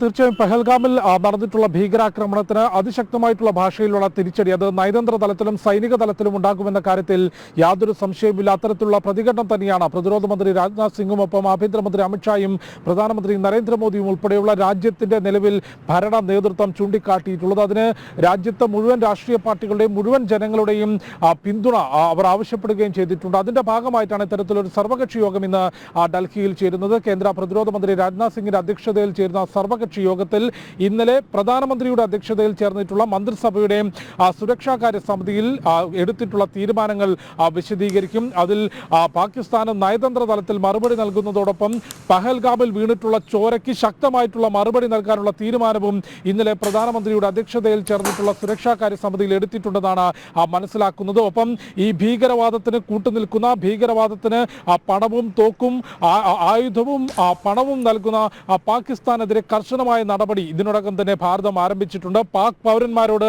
48 മണിക്കൂറിനകം രാജ്യം വിട്ടു പോകാനാണ് ഇന്നലെ രാത്രിയോടുകൂടി ഇന്ത്യ ആവശ്യപ്പെട്ടിട്ടുള്ളത്. കൂടാതെ ന്യൂഡൽഹിയിലെ പാക് ഹൈക്കമ്മീഷനിലെ സൈനിക ഉദ്യോഗസ്ഥരോടും സൈനിക ഉപദേഷ്ടാക്കളോടും ഉടൻ തന്നെ രാജ്യം വിടാൻ ആവശ്യപ്പെട്ടിട്ടുണ്ട്. അവരെ പുറത്താക്കിയിട്ടുണ്ട്. ഇക്കാര്യം ഹൈക്കമ്മീഷനിലെ ഉന്നത ഉദ്യോഗസ്ഥനെ വിദേശകാര്യ മന്ത്രാലയത്തിലേക്ക് വിളിപ്പിച്ചു വരുത്തിക്കൊണ്ടാണ് ഈ കാര്യങ്ങൾ ഭാരതം ഔദ്യോഗികമായി തന്നെ അറിയിച്ചിട്ടുള്ളത്. കൂടാതെ സിന്ധു നദീജല കരാർ റദ്ദാക്കുന്നു, മരവിപ്പിക്കുന്നു. കഴിഞ്ഞ 65 വർഷത്തിലധികമായി തുടരുന്ന ഇന്ത്യ പാക് യുദ്ധം നടന്നപ്പോൾ പോലും ഒഴിവാക്കാതിരുന്ന കരാറാണ് ഇപ്പോൾ മോദി സർക്കാർ മരവിപ്പിച്ചിരിക്കുന്നത്. കൂടാതെ പ്രതിരോധം ഏർപ്പെടുത്തുകയും ലോക രാഷ്ട്രങ്ങൾക്കിടയിൽ അല്ലെങ്കിൽ ലോകവേദികളിൽ ഐക്യരാഷ്ട്രസഭയിലും പാകിസ്ഥാൻ ഭീകരവാദത്തിന് മറ്റൊരു രാജ്യത്തേക്ക് അതിക്രമിച്ചു കയറിക്കൊണ്ട് അല്ലെങ്കിൽ മറ്റൊരു ജീവൻ എടുത്തുകൊണ്ട് നടത്തുന്ന ഭീകരവാദത്തിന് പിന്തുണയും ആയുധവും നൽകുന്നത് പാകിസ്ഥാനാണ് എന്ന വസ്തുത ഒരിക്കൽ കൂടി തുറന്നു കാട്ടാൻ ഭാരതം ഒരുങ്ങുന്നു. അതിന് പിറകെ സൈനിക തലത്തിലും ശക്തമായ നടപടി ഉണ്ടാകുമെന്നാണ് മനസ്സിലാക്കുന്നത്. കര, വ്യോമ, നാവിക സേനയോട് എന്തിനും തയ്യാറായിരിക്കാനുള്ള നിർദ്ദേശം കഴിഞ്ഞ ദിവസം ചേർന്ന സുരക്ഷാകാര്യ സമിതിയിൽ തന്നെ നൽകിയിട്ടുണ്ടെന്ന് മനസ്സിലാക്കുന്നു. ഈ ഭീകരാക്രമണത്തിന് നേതൃത്വം നൽകിയതും ഗൂഢാലോചന നടത്തിയതും ലഷ്കർ ഇ തോയ്ബ, ജെയ്ഷെ മുഹമ്മദ് ഭീകര സംഘടനകളാണ്, പാക് കേന്ദ്രീകൃത ഭീകര സംഘടനകളാണ്. അവർ ജമ്മു കാശ്മീർ സ്വദേശികളെ റിക്രൂട്ട് ചെയ്തുകൊണ്ടും ഒപ്പം ജമ്മു കാശ്മീരിൽ നിന്നുള്ള 2 പേരും പാകിസ്ഥാനിൽ നിന്നുള്ള 5 പേരും ചേർന്നുകൊണ്ടാണ് ഈ ഭീകരാക്രമണം ഗ്രൗണ്ട് ലെവലിൽ നടപ്പാക്കിയിട്ടുള്ളത്. അതിന് അതിർത്തിക്കപ്പുറത്ത് പാകിസ്ഥാനിൽ ആയുധ പരിശീലനം നടന്നു, ഗൂഢാലോചന നടന്നു എന്നുള്ളത് വളരെ കൃത്യമായി രാജ്യത്തെ ഏജൻസികൾ ഇതിനോടകം ആഭ്യന്തര മന്ത്രാലയത്തിന് റിപ്പോർട്ട് നൽകിയിട്ടുണ്ട്. അതും രാജ്യത്ത് സാധാരണക്കാർക്ക് നേരെ ഭീകരാക്രമണം നടത്തിക്കൊണ്ട് അവരെ ഭയപ്പെടുത്തുകയും മതത്തിന്റെ പേരിൽ രാജ്യത്തിന്റെ ജനങ്ങളെ ഭിന്നിപ്പിക്കാനുള്ള ശ്രമവുമാണ് ഭീകര ശക്തികൾ നടത്തിയത്. അതിന്റെ ഭാഗമായി ഭാഗമായാണ് മതം ചോദിച്ചുകൊണ്ട് ആളുകളുടെ നെറ്റിയിലേക്കും നെഞ്ചിലേക്കും ഇടനെഞ്ചിലേക്കും വെടിയുതിർത്തത്. ഇത്തരത്തിൽ ഭാരതത്തിലെ ജനങ്ങൾ ഈ മതത്തിന്റെ പേരിൽ ഒരു കലാപത്തിലേക്കോ അക്രമത്തിലേക്കോ സംഘർഷത്തിലേക്കോ കടക്കണമെന്ന വ്യക്തമായ ഉദ്ദേശത്തോടു കൂടിയാണ് ഇത്തരത്തിൽ മതം ചോദിച്ചുകൊണ്ടുള്ള ഭീകരാക്രമണം നടത്തിയത്. പക്ഷേ രാജ്യത്തിന്റെ ഭരണ നേതൃത്വത്തെ സംബന്ധിച്ച്, ഭാരതത്തെ സംബന്ധിച്ച് പെഹൽഗാമിൽ വീണത് നമ്മുടെ പൗരന്മാരുടെ ചോരയാണ്. അതിന് കൃത്യമായിട്ടുള്ള മറുപടി നൽകുന്നതിന്, അത് സൈനിക തലത്തിലും നയതന്ത്ര തലത്തിലും മറുപടി നൽകുന്നതിനുള്ള തയ്യാറെടുപ്പുകൾ ഇതിനോടകം തന്നെ നടത്തിയിട്ടുണ്ട്. അതിന്റെ ഭാഗമായി തുടർച്ചയായിട്ടുള്ള യോഗങ്ങൾ ഇതിനെ പരിശോധിക്കുമ്പോൾ ആദ്യം ഈ ഭീകരാക്രമണം നടന്നയുടൻ ഡൽഹിയിൽ ഉന്നതതല യോഗം ചേർന്നുകൊണ്ടാണ് ആഭ്യന്തരമന്ത്രി അമിത്ഷാ ജമ്മു കാശ്മീരിലേക്ക് പോയത്. അവിടെ ശ്രീനഗറിൽ ഉന്നതതല യോഗം ചേരുന്നു. പെഹൽഗാമിൽ നേരിട്ടെത്തി സ്ഥിതിഗതികൾ വിലയിരുത്തുന്നു, സുരക്ഷാ ക്രമീകരണങ്ങൾ പരിശോധിക്കുന്നു. പ്രതിരോധ മന്ത്രിയുടെ നേതൃത്വത്തിൽ ഡൽഹിയിൽ ഉന്നതതല യോഗം ചേർന്നു. പ്രധാനമന്ത്രി നരേന്ദ്രമോദി വിദേശയാത്ര റദ്ദാക്കിക്കൊണ്ട് വിമാനത്താവളത്തിൽ എത്തിയ ഉടൻ തന്നെ ദേശീയ സുരക്ഷാ ഉപദേഷ്ടാവ് അജിത് ഡോവലുമായും വിദേശകാര്യമന്ത്രി എസ് ജയശങ്കറുമായി യോഗം ചേരുന്നു. അതിന് പിറകെ സുരക്ഷാ കാര്യ സമിതിയുടെ യോഗം, അതായത് ആഭ്യന്തര സുരക്ഷ, പ്രതിരോധം, കൗണ്ടർ ടെററിസം എന്നീ വിഷയങ്ങളിൽ നിർണായകമായ തീരുമാനങ്ങൾ എടുത്ത് നടപ്പാക്കാൻ അധികാരമുള്ള സുരക്ഷാ സമിതിയാണ് ഏറ്റവും ഒടുവിൽ ഇന്നലെ വൈകിട്ട് 2.5 മണിക്കൂർ നീണ്ടുന്ന യോഗം ചേർന്നിട്ടുള്ളത്. അതിൽ നേരത്തെ ഞാൻ ചൂണ്ടിക്കാട്ടിയതുപോലെ പെഹൽഗാമിൽ നമ്മുടെ സഹോദരന്മാരുടെ വീണ ചോരയ്ക്ക് മറുപടി നൽകാനുള്ള എല്ലാ തയ്യാറെടുപ്പുകളും തീരുമാനങ്ങളും അന്തിമമായി കൈക്കൊണ്ടത് ആ യോഗത്തിലാകും എന്നാണ് നമുക്ക് മനസ്സിലാക്കേണ്ടത്. അതിൽ നയതന്ത്ര തലത്തിൽ സ്വീകരിച്ചിട്ടുള്ള നടപടികൾ മാത്രമാണ് ഇപ്പോൾ പൊതുമധ്യത്തിൽ വിദേശകാര്യ മന്ത്രാലയം അറിയിച്ചിട്ടുള്ളത്. അതിന്റെ ഭാഗമായി പാക് പൗരന്മാരോട് 48 മണിക്കൂറിനകം രാജ്യം വിട്ടുപോകാൻ ആവശ്യപ്പെട്ടിട്ടുണ്ട്. കൂടാതെ വാഘ അട്ടാരി ബോർഡർ അടച്ചിട്ടുണ്ട്. ഇന്ത്യയും പാകിസ്ഥാനും തമ്മിലുള്ള ചെക്ക് പോസ്റ്റ്, ആളുകൾ സഞ്ചരിക്കുന്ന ഇത്തരത്തിൽ ചരക്ക് കൈമാറ്റം ഉൾപ്പെടെ നടക്കുന്ന വാഘ അട്ടാരി ബോർഡർ അടച്ചിട്ടുണ്ട്. അവിടെ രേഖാമൂലം അതിർത്തി കടന്നിട്ടുള്ളവരോട് ഉടൻ തന്നെ ഇരു രാജ്യങ്ങളിലേക്കും തിരിച്ചു പോകാൻ ആവശ്യപ്പെട്ടു. പാക് ഹൈക്കമ്മീഷനിലെ ഉദ്യോഗസ്ഥർ, അത് സൈനിക ഉദ്യോഗസ്ഥരെ പുറത്താക്കി അവരോട് ഒരാഴ്ചയ്ക്കകം തന്നെ തിരിച്ചു പോകാനാണ് ആവശ്യപ്പെട്ടിട്ടുള്ളത്.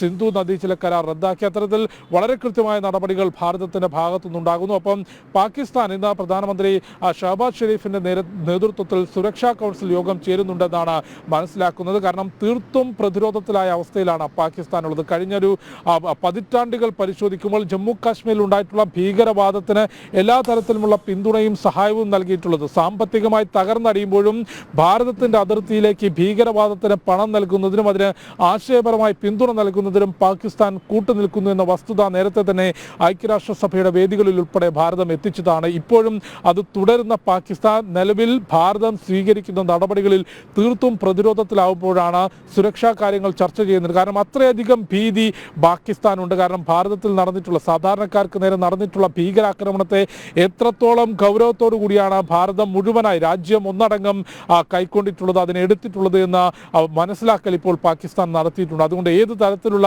തിരിച്ചടികൾ ഉണ്ടാകും എന്നുള്ളത് പാകിസ്ഥാൻ ആലോചിക്കുകയാണ്. അതിന്റെ ഭാഗമായൊരു സുരക്ഷാ കൗൺസിൽ യോഗം പ്രധാനമന്ത്രി ഷഹബാസ് ഷെരീഫിന്റെ നേതൃത്വത്തിൽ പാകിസ്ഥാനിൽ നടക്കുന്നുണ്ട്. ഡൽഹിയിൽ പ്രതിരോധ മന്ത്രി രാജ്നാഥ് സിംഗിന്റെ നേതൃത്വത്തിലാണ് സർവകക്ഷി യോഗം. ശരി ജിഷ്ണു, മടങ്ങിയെത്താം ഇടവേളയ്ക്ക് ശേഷം.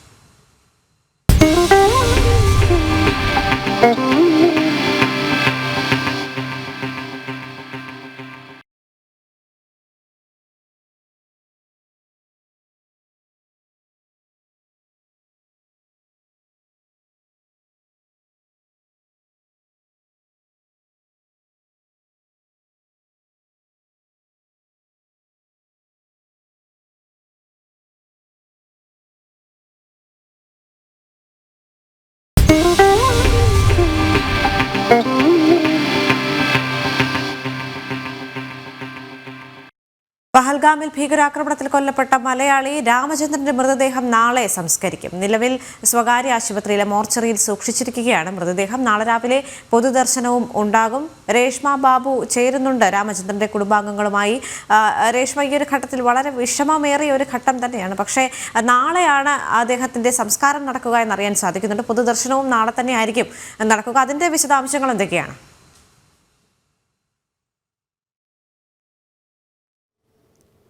ദേവിക, നാളെയാണ് എൻ രാമചന്ദ്രൻ്റെ സംസ്കാര ചടങ്ങുകൾ നടക്കുക. പൊതുദർശനം രാവിലെ 7 മണി മുതൽ 9 വരെ ചങ്ങമ്പുഴ പാർക്കിൽ ഉണ്ടാകും. നിലവിൽ നമ്മോടൊപ്പം ചേരുന്നത് രാമചന്ദ്രൻ്റെ കസിൻ സിസ്റ്ററായിട്ടുള്ള ജയലക്ഷ്മിയാണ്.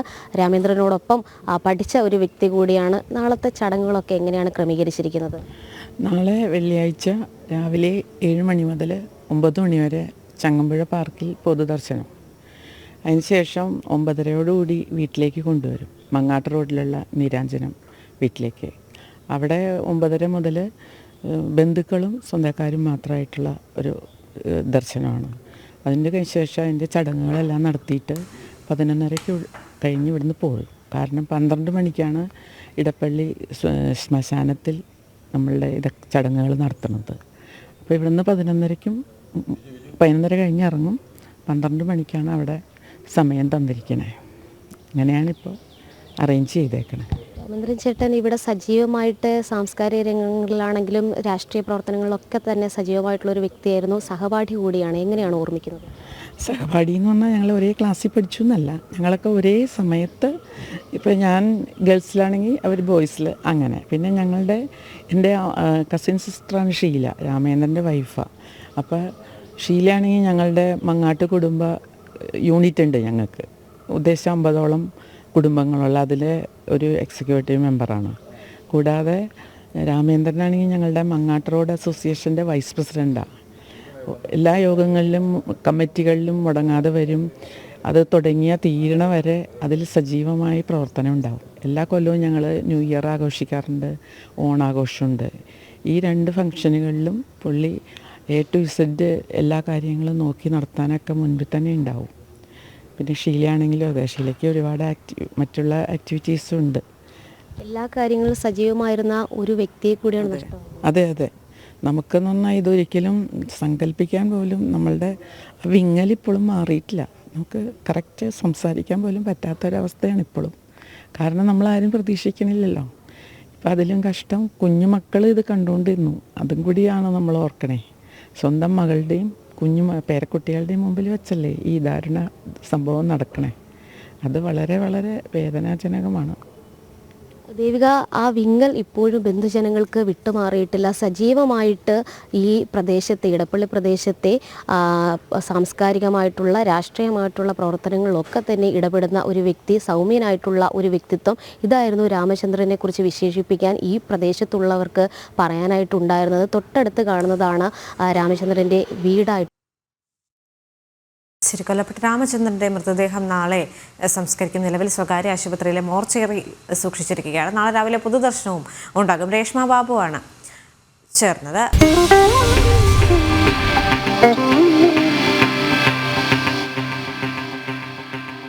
തിരുവനന്തപുരത്തേക്ക് എത്തുമ്പോൾ സമരം ശക്തമാക്കാനൊരുങ്ങുകയാണ് വീണ്ടും ആശാപ്രവർത്തകർ. ആശാമാർക്ക് കേന്ദ്ര സർക്കാർ നൽകിയ വാഗ്ദാനം ഉടൻ നടപ്പിലാക്കുമെന്ന് മിസോറാം മുൻ ഗവർണർ കുമ്മനം രാജശേഖരൻ ഇന്നലെ ആശാ സമരപ്പന്തൽ സന്ദർശിച്ച ശേഷം വ്യക്തമാക്കിയിരുന്നു. സാങ്കേതികമായ കാലതാമസം മാത്രമാണ് നിലവിലുള്ളത്. ഉടൻ തന്നെ ശുഭവാർത്ത പ്രതീക്ഷിക്കാമെന്നും അദ്ദേഹം പറഞ്ഞു. പ്രജിത്ത് മോഹനൻ ചേരുന്നു വിവരങ്ങളുമായി. പ്രജിത്ത്, കൂടുതൽ ശക്തമായ സമര മുറകളിലേക്ക് ആശമാർ കടക്കുകയാണെന്നറിയാൻ സാധിക്കുന്നുണ്ട്. യാതൊരുവിധ പരിഗണന സർക്കാരിൻ്റെ ഭാഗത്തു നിന്നും ഉണ്ടായിട്ടില്ല. പക്ഷേ കേന്ദ്ര സർക്കാരിൻ്റെ ഭാഗത്തു നിന്ന് കൃത്യമായ സഹായം ഉടൻ തന്നെ ലഭിക്കും എന്നാണ് അറിയാൻ സാധിക്കുന്നത്, അല്ലേ?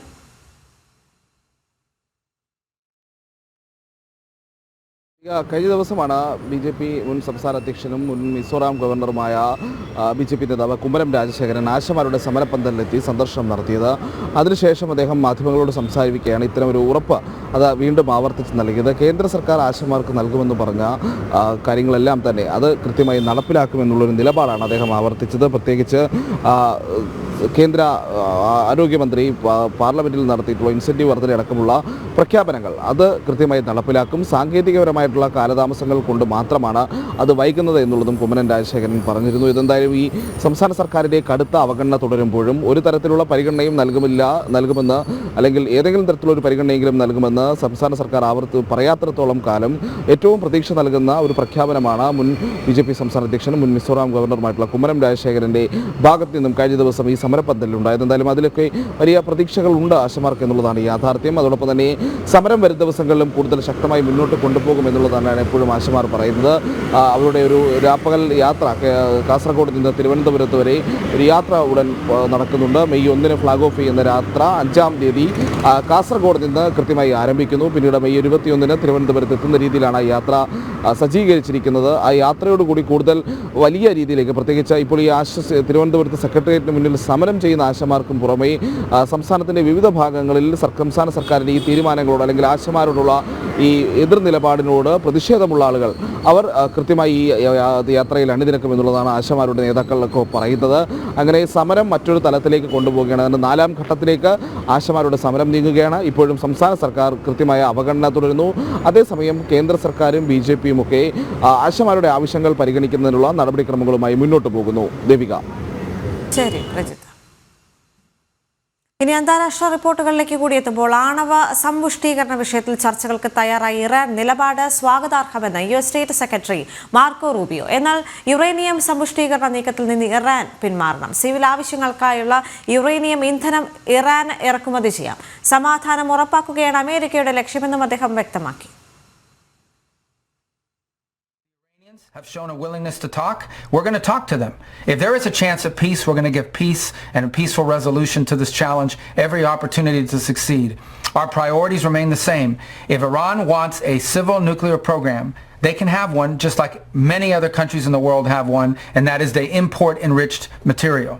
Now, we're not going to negotiate this in the press, we're not going to negotiate this publicly because it undermines negotiations, but there's a pathway to a civil, peaceful nuclear program if they want one.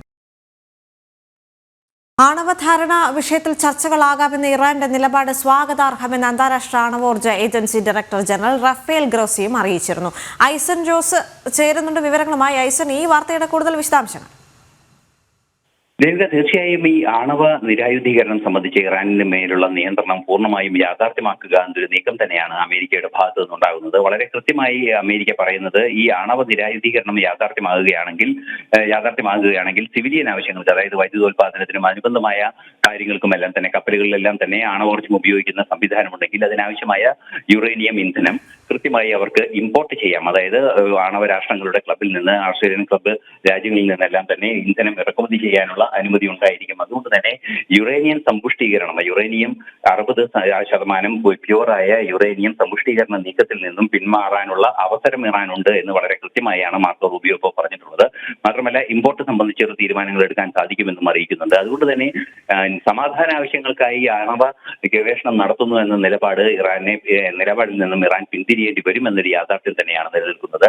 മാത്രമല്ല മറ്റൊരു സുപ്രധാന ഘടകം കൂടി ഉണ്ടായിരുന്നത്, നേരത്തെ 2 തവണയായി കഴിഞ്ഞ ശനിയാഴ്ചയും അതുപോലെ തന്നെ പല ദിവസങ്ങളിലുമായി ചർച്ചകൾ തുടർന്നിരുന്നു ആണവ നിരായുധീകരണം സംബന്ധിച്ച ചർച്ചകളുടെ ഭാഗമായി ഇറാനിൽ പരിശോധന നടത്താനുള്ള അനുമതി നേരത്തെ തന്നെ നൽകിയിരുന്നു. അത് വളരെ പോസിറ്റീവായ അല്ലെങ്കിൽ അനുകൂലമായ ഒരു പ്രതികരണമാണ് എന്ന് വളരെ കൃത്യമായി അന്താരാഷ്ട്ര ആണവോർജ്ജ ഏജൻസി ഡയറക്ടർ ജനറൽ റഫേൽ ഗ്രോസിയും അറിയിച്ചിരുന്നു. റഫേൽ ഗ്രോസി ഈ കാര്യം വാഷിംഗ്ടണിൽ വളരെ കൃത്യമായി പറഞ്ഞതിന് തൊട്ട് പിന്നാലെയാണ് മാർക്കോ റൂബിയോയുടെ ഈ നിലപാടും ഉണ്ടായിരിക്കുന്നത്. തീർച്ചയായും ഇറാൻ ആണവ നിരായുധീകരണത്തിലേക്ക് നീങ്ങുന്നു എന്ന് തന്നെയാണ് പ്രാഥമികമായി നമുക്ക് മനസ്സിലാക്കേണ്ട ഒരു സാഹചര്യം. അങ്ങനെയാണെങ്കിൽ സ്വാഭാവികമായും ഇറാൻ പിന്തുണയ്ക്കുന്ന ഭീകര സംഘടനകളെല്ലാം തന്നെ ഒരു ആക്രമണത്തിന്റെ സ്വഭാവത്തിൽ നിന്ന് പിന്മാറാനുള്ള ഒരു നീക്കമുണ്ടാകും. നമുക്കറിയാവുന്നതാണ്, ഈ അടുത്ത ദിവസങ്ങളിലാണ് ഹമാസ് ഒരു സമാധാന ധാരണയ്ക്കുള്ള തയ്യാറെടുപ്പുമായി മുന്നോട്ട് വന്നത്.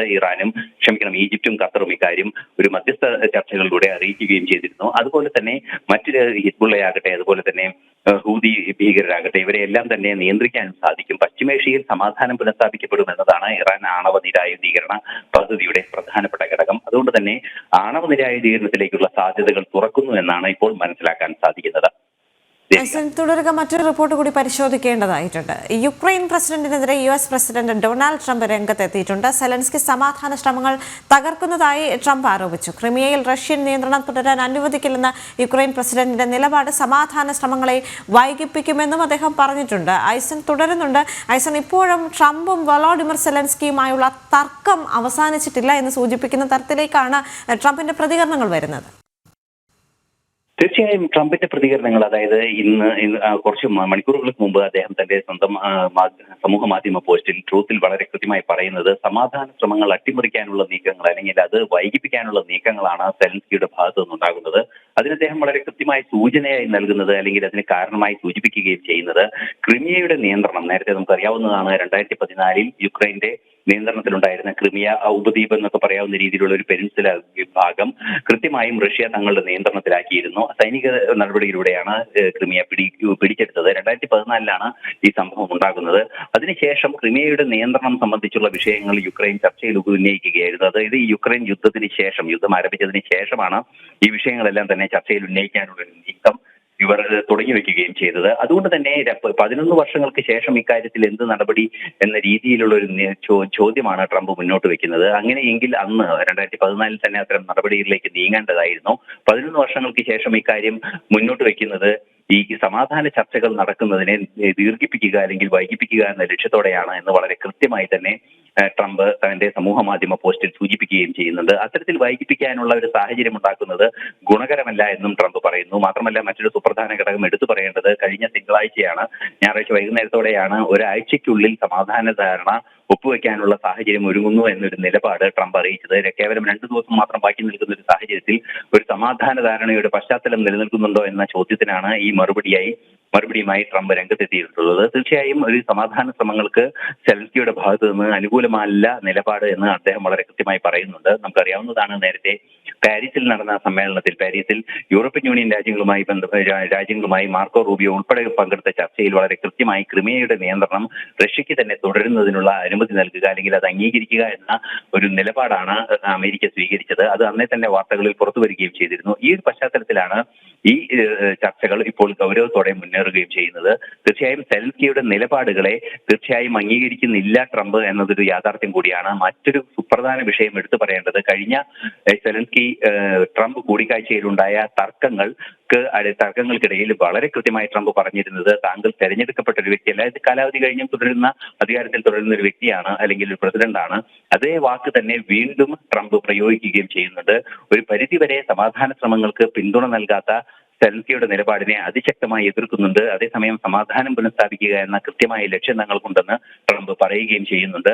ഒരുപക്ഷെ ഈ അധികം വൈകാതെ, അതായത് 5-6 ദിവസങ്ങൾക്കുള്ളിൽ സമാധാന ധാരണ സംബന്ധിച്ച കൃത്യമായ ചിത്രം പുറത്തു വരുമെന്ന് തന്നെയാണ് പ്രതീക്ഷിക്കുന്നത്. ഇന്ന് അതിതീവ്ര താപനില മുന്നറിയിപ്പുമായി കേന്ദ്ര കാലാവസ്ഥാ വകുപ്പ്. കേരളത്തിൽ താപനില 37 ഡിഗ്രി സെൽഷ്യസ് വരെ ഉയരാൻ സാധ്യതയുണ്ട്. ഇന്നു മുതൽ ശനിയാഴ്ച വരെ ഒറ്റപ്പെട്ട ഇടങ്ങളിൽ ഇടിമിന്നലോടുകൂടിയ മഴയ്ക്ക് സാധ്യതയുണ്ടെന്നും കേന്ദ്ര കാലാവസ്ഥാ വകുപ്പ് അറിയിച്ചിട്ടുണ്ട്. പ്രജിത്ത് മോഹനൻ ചേരുന്നുണ്ട് വിവരങ്ങളുമായി. പ്രജിത്ത്, ചൂട് അസഹനീയമാണ്, പക്ഷേ ഇന്ന് അതിതീവ്ര താപനില ഉണ്ടാകുമെന്നാണ് കേന്ദ്ര കാലാവസ്ഥാ വകുപ്പ് അറിയിച്ചിരിക്കുന്നത്. എന്തൊക്കെ മാർഗനിർദ്ദേശങ്ങളാണ് ഈ ഒരു ഘട്ടത്തിൽ പുറത്തേക്ക് വരുന്നത്?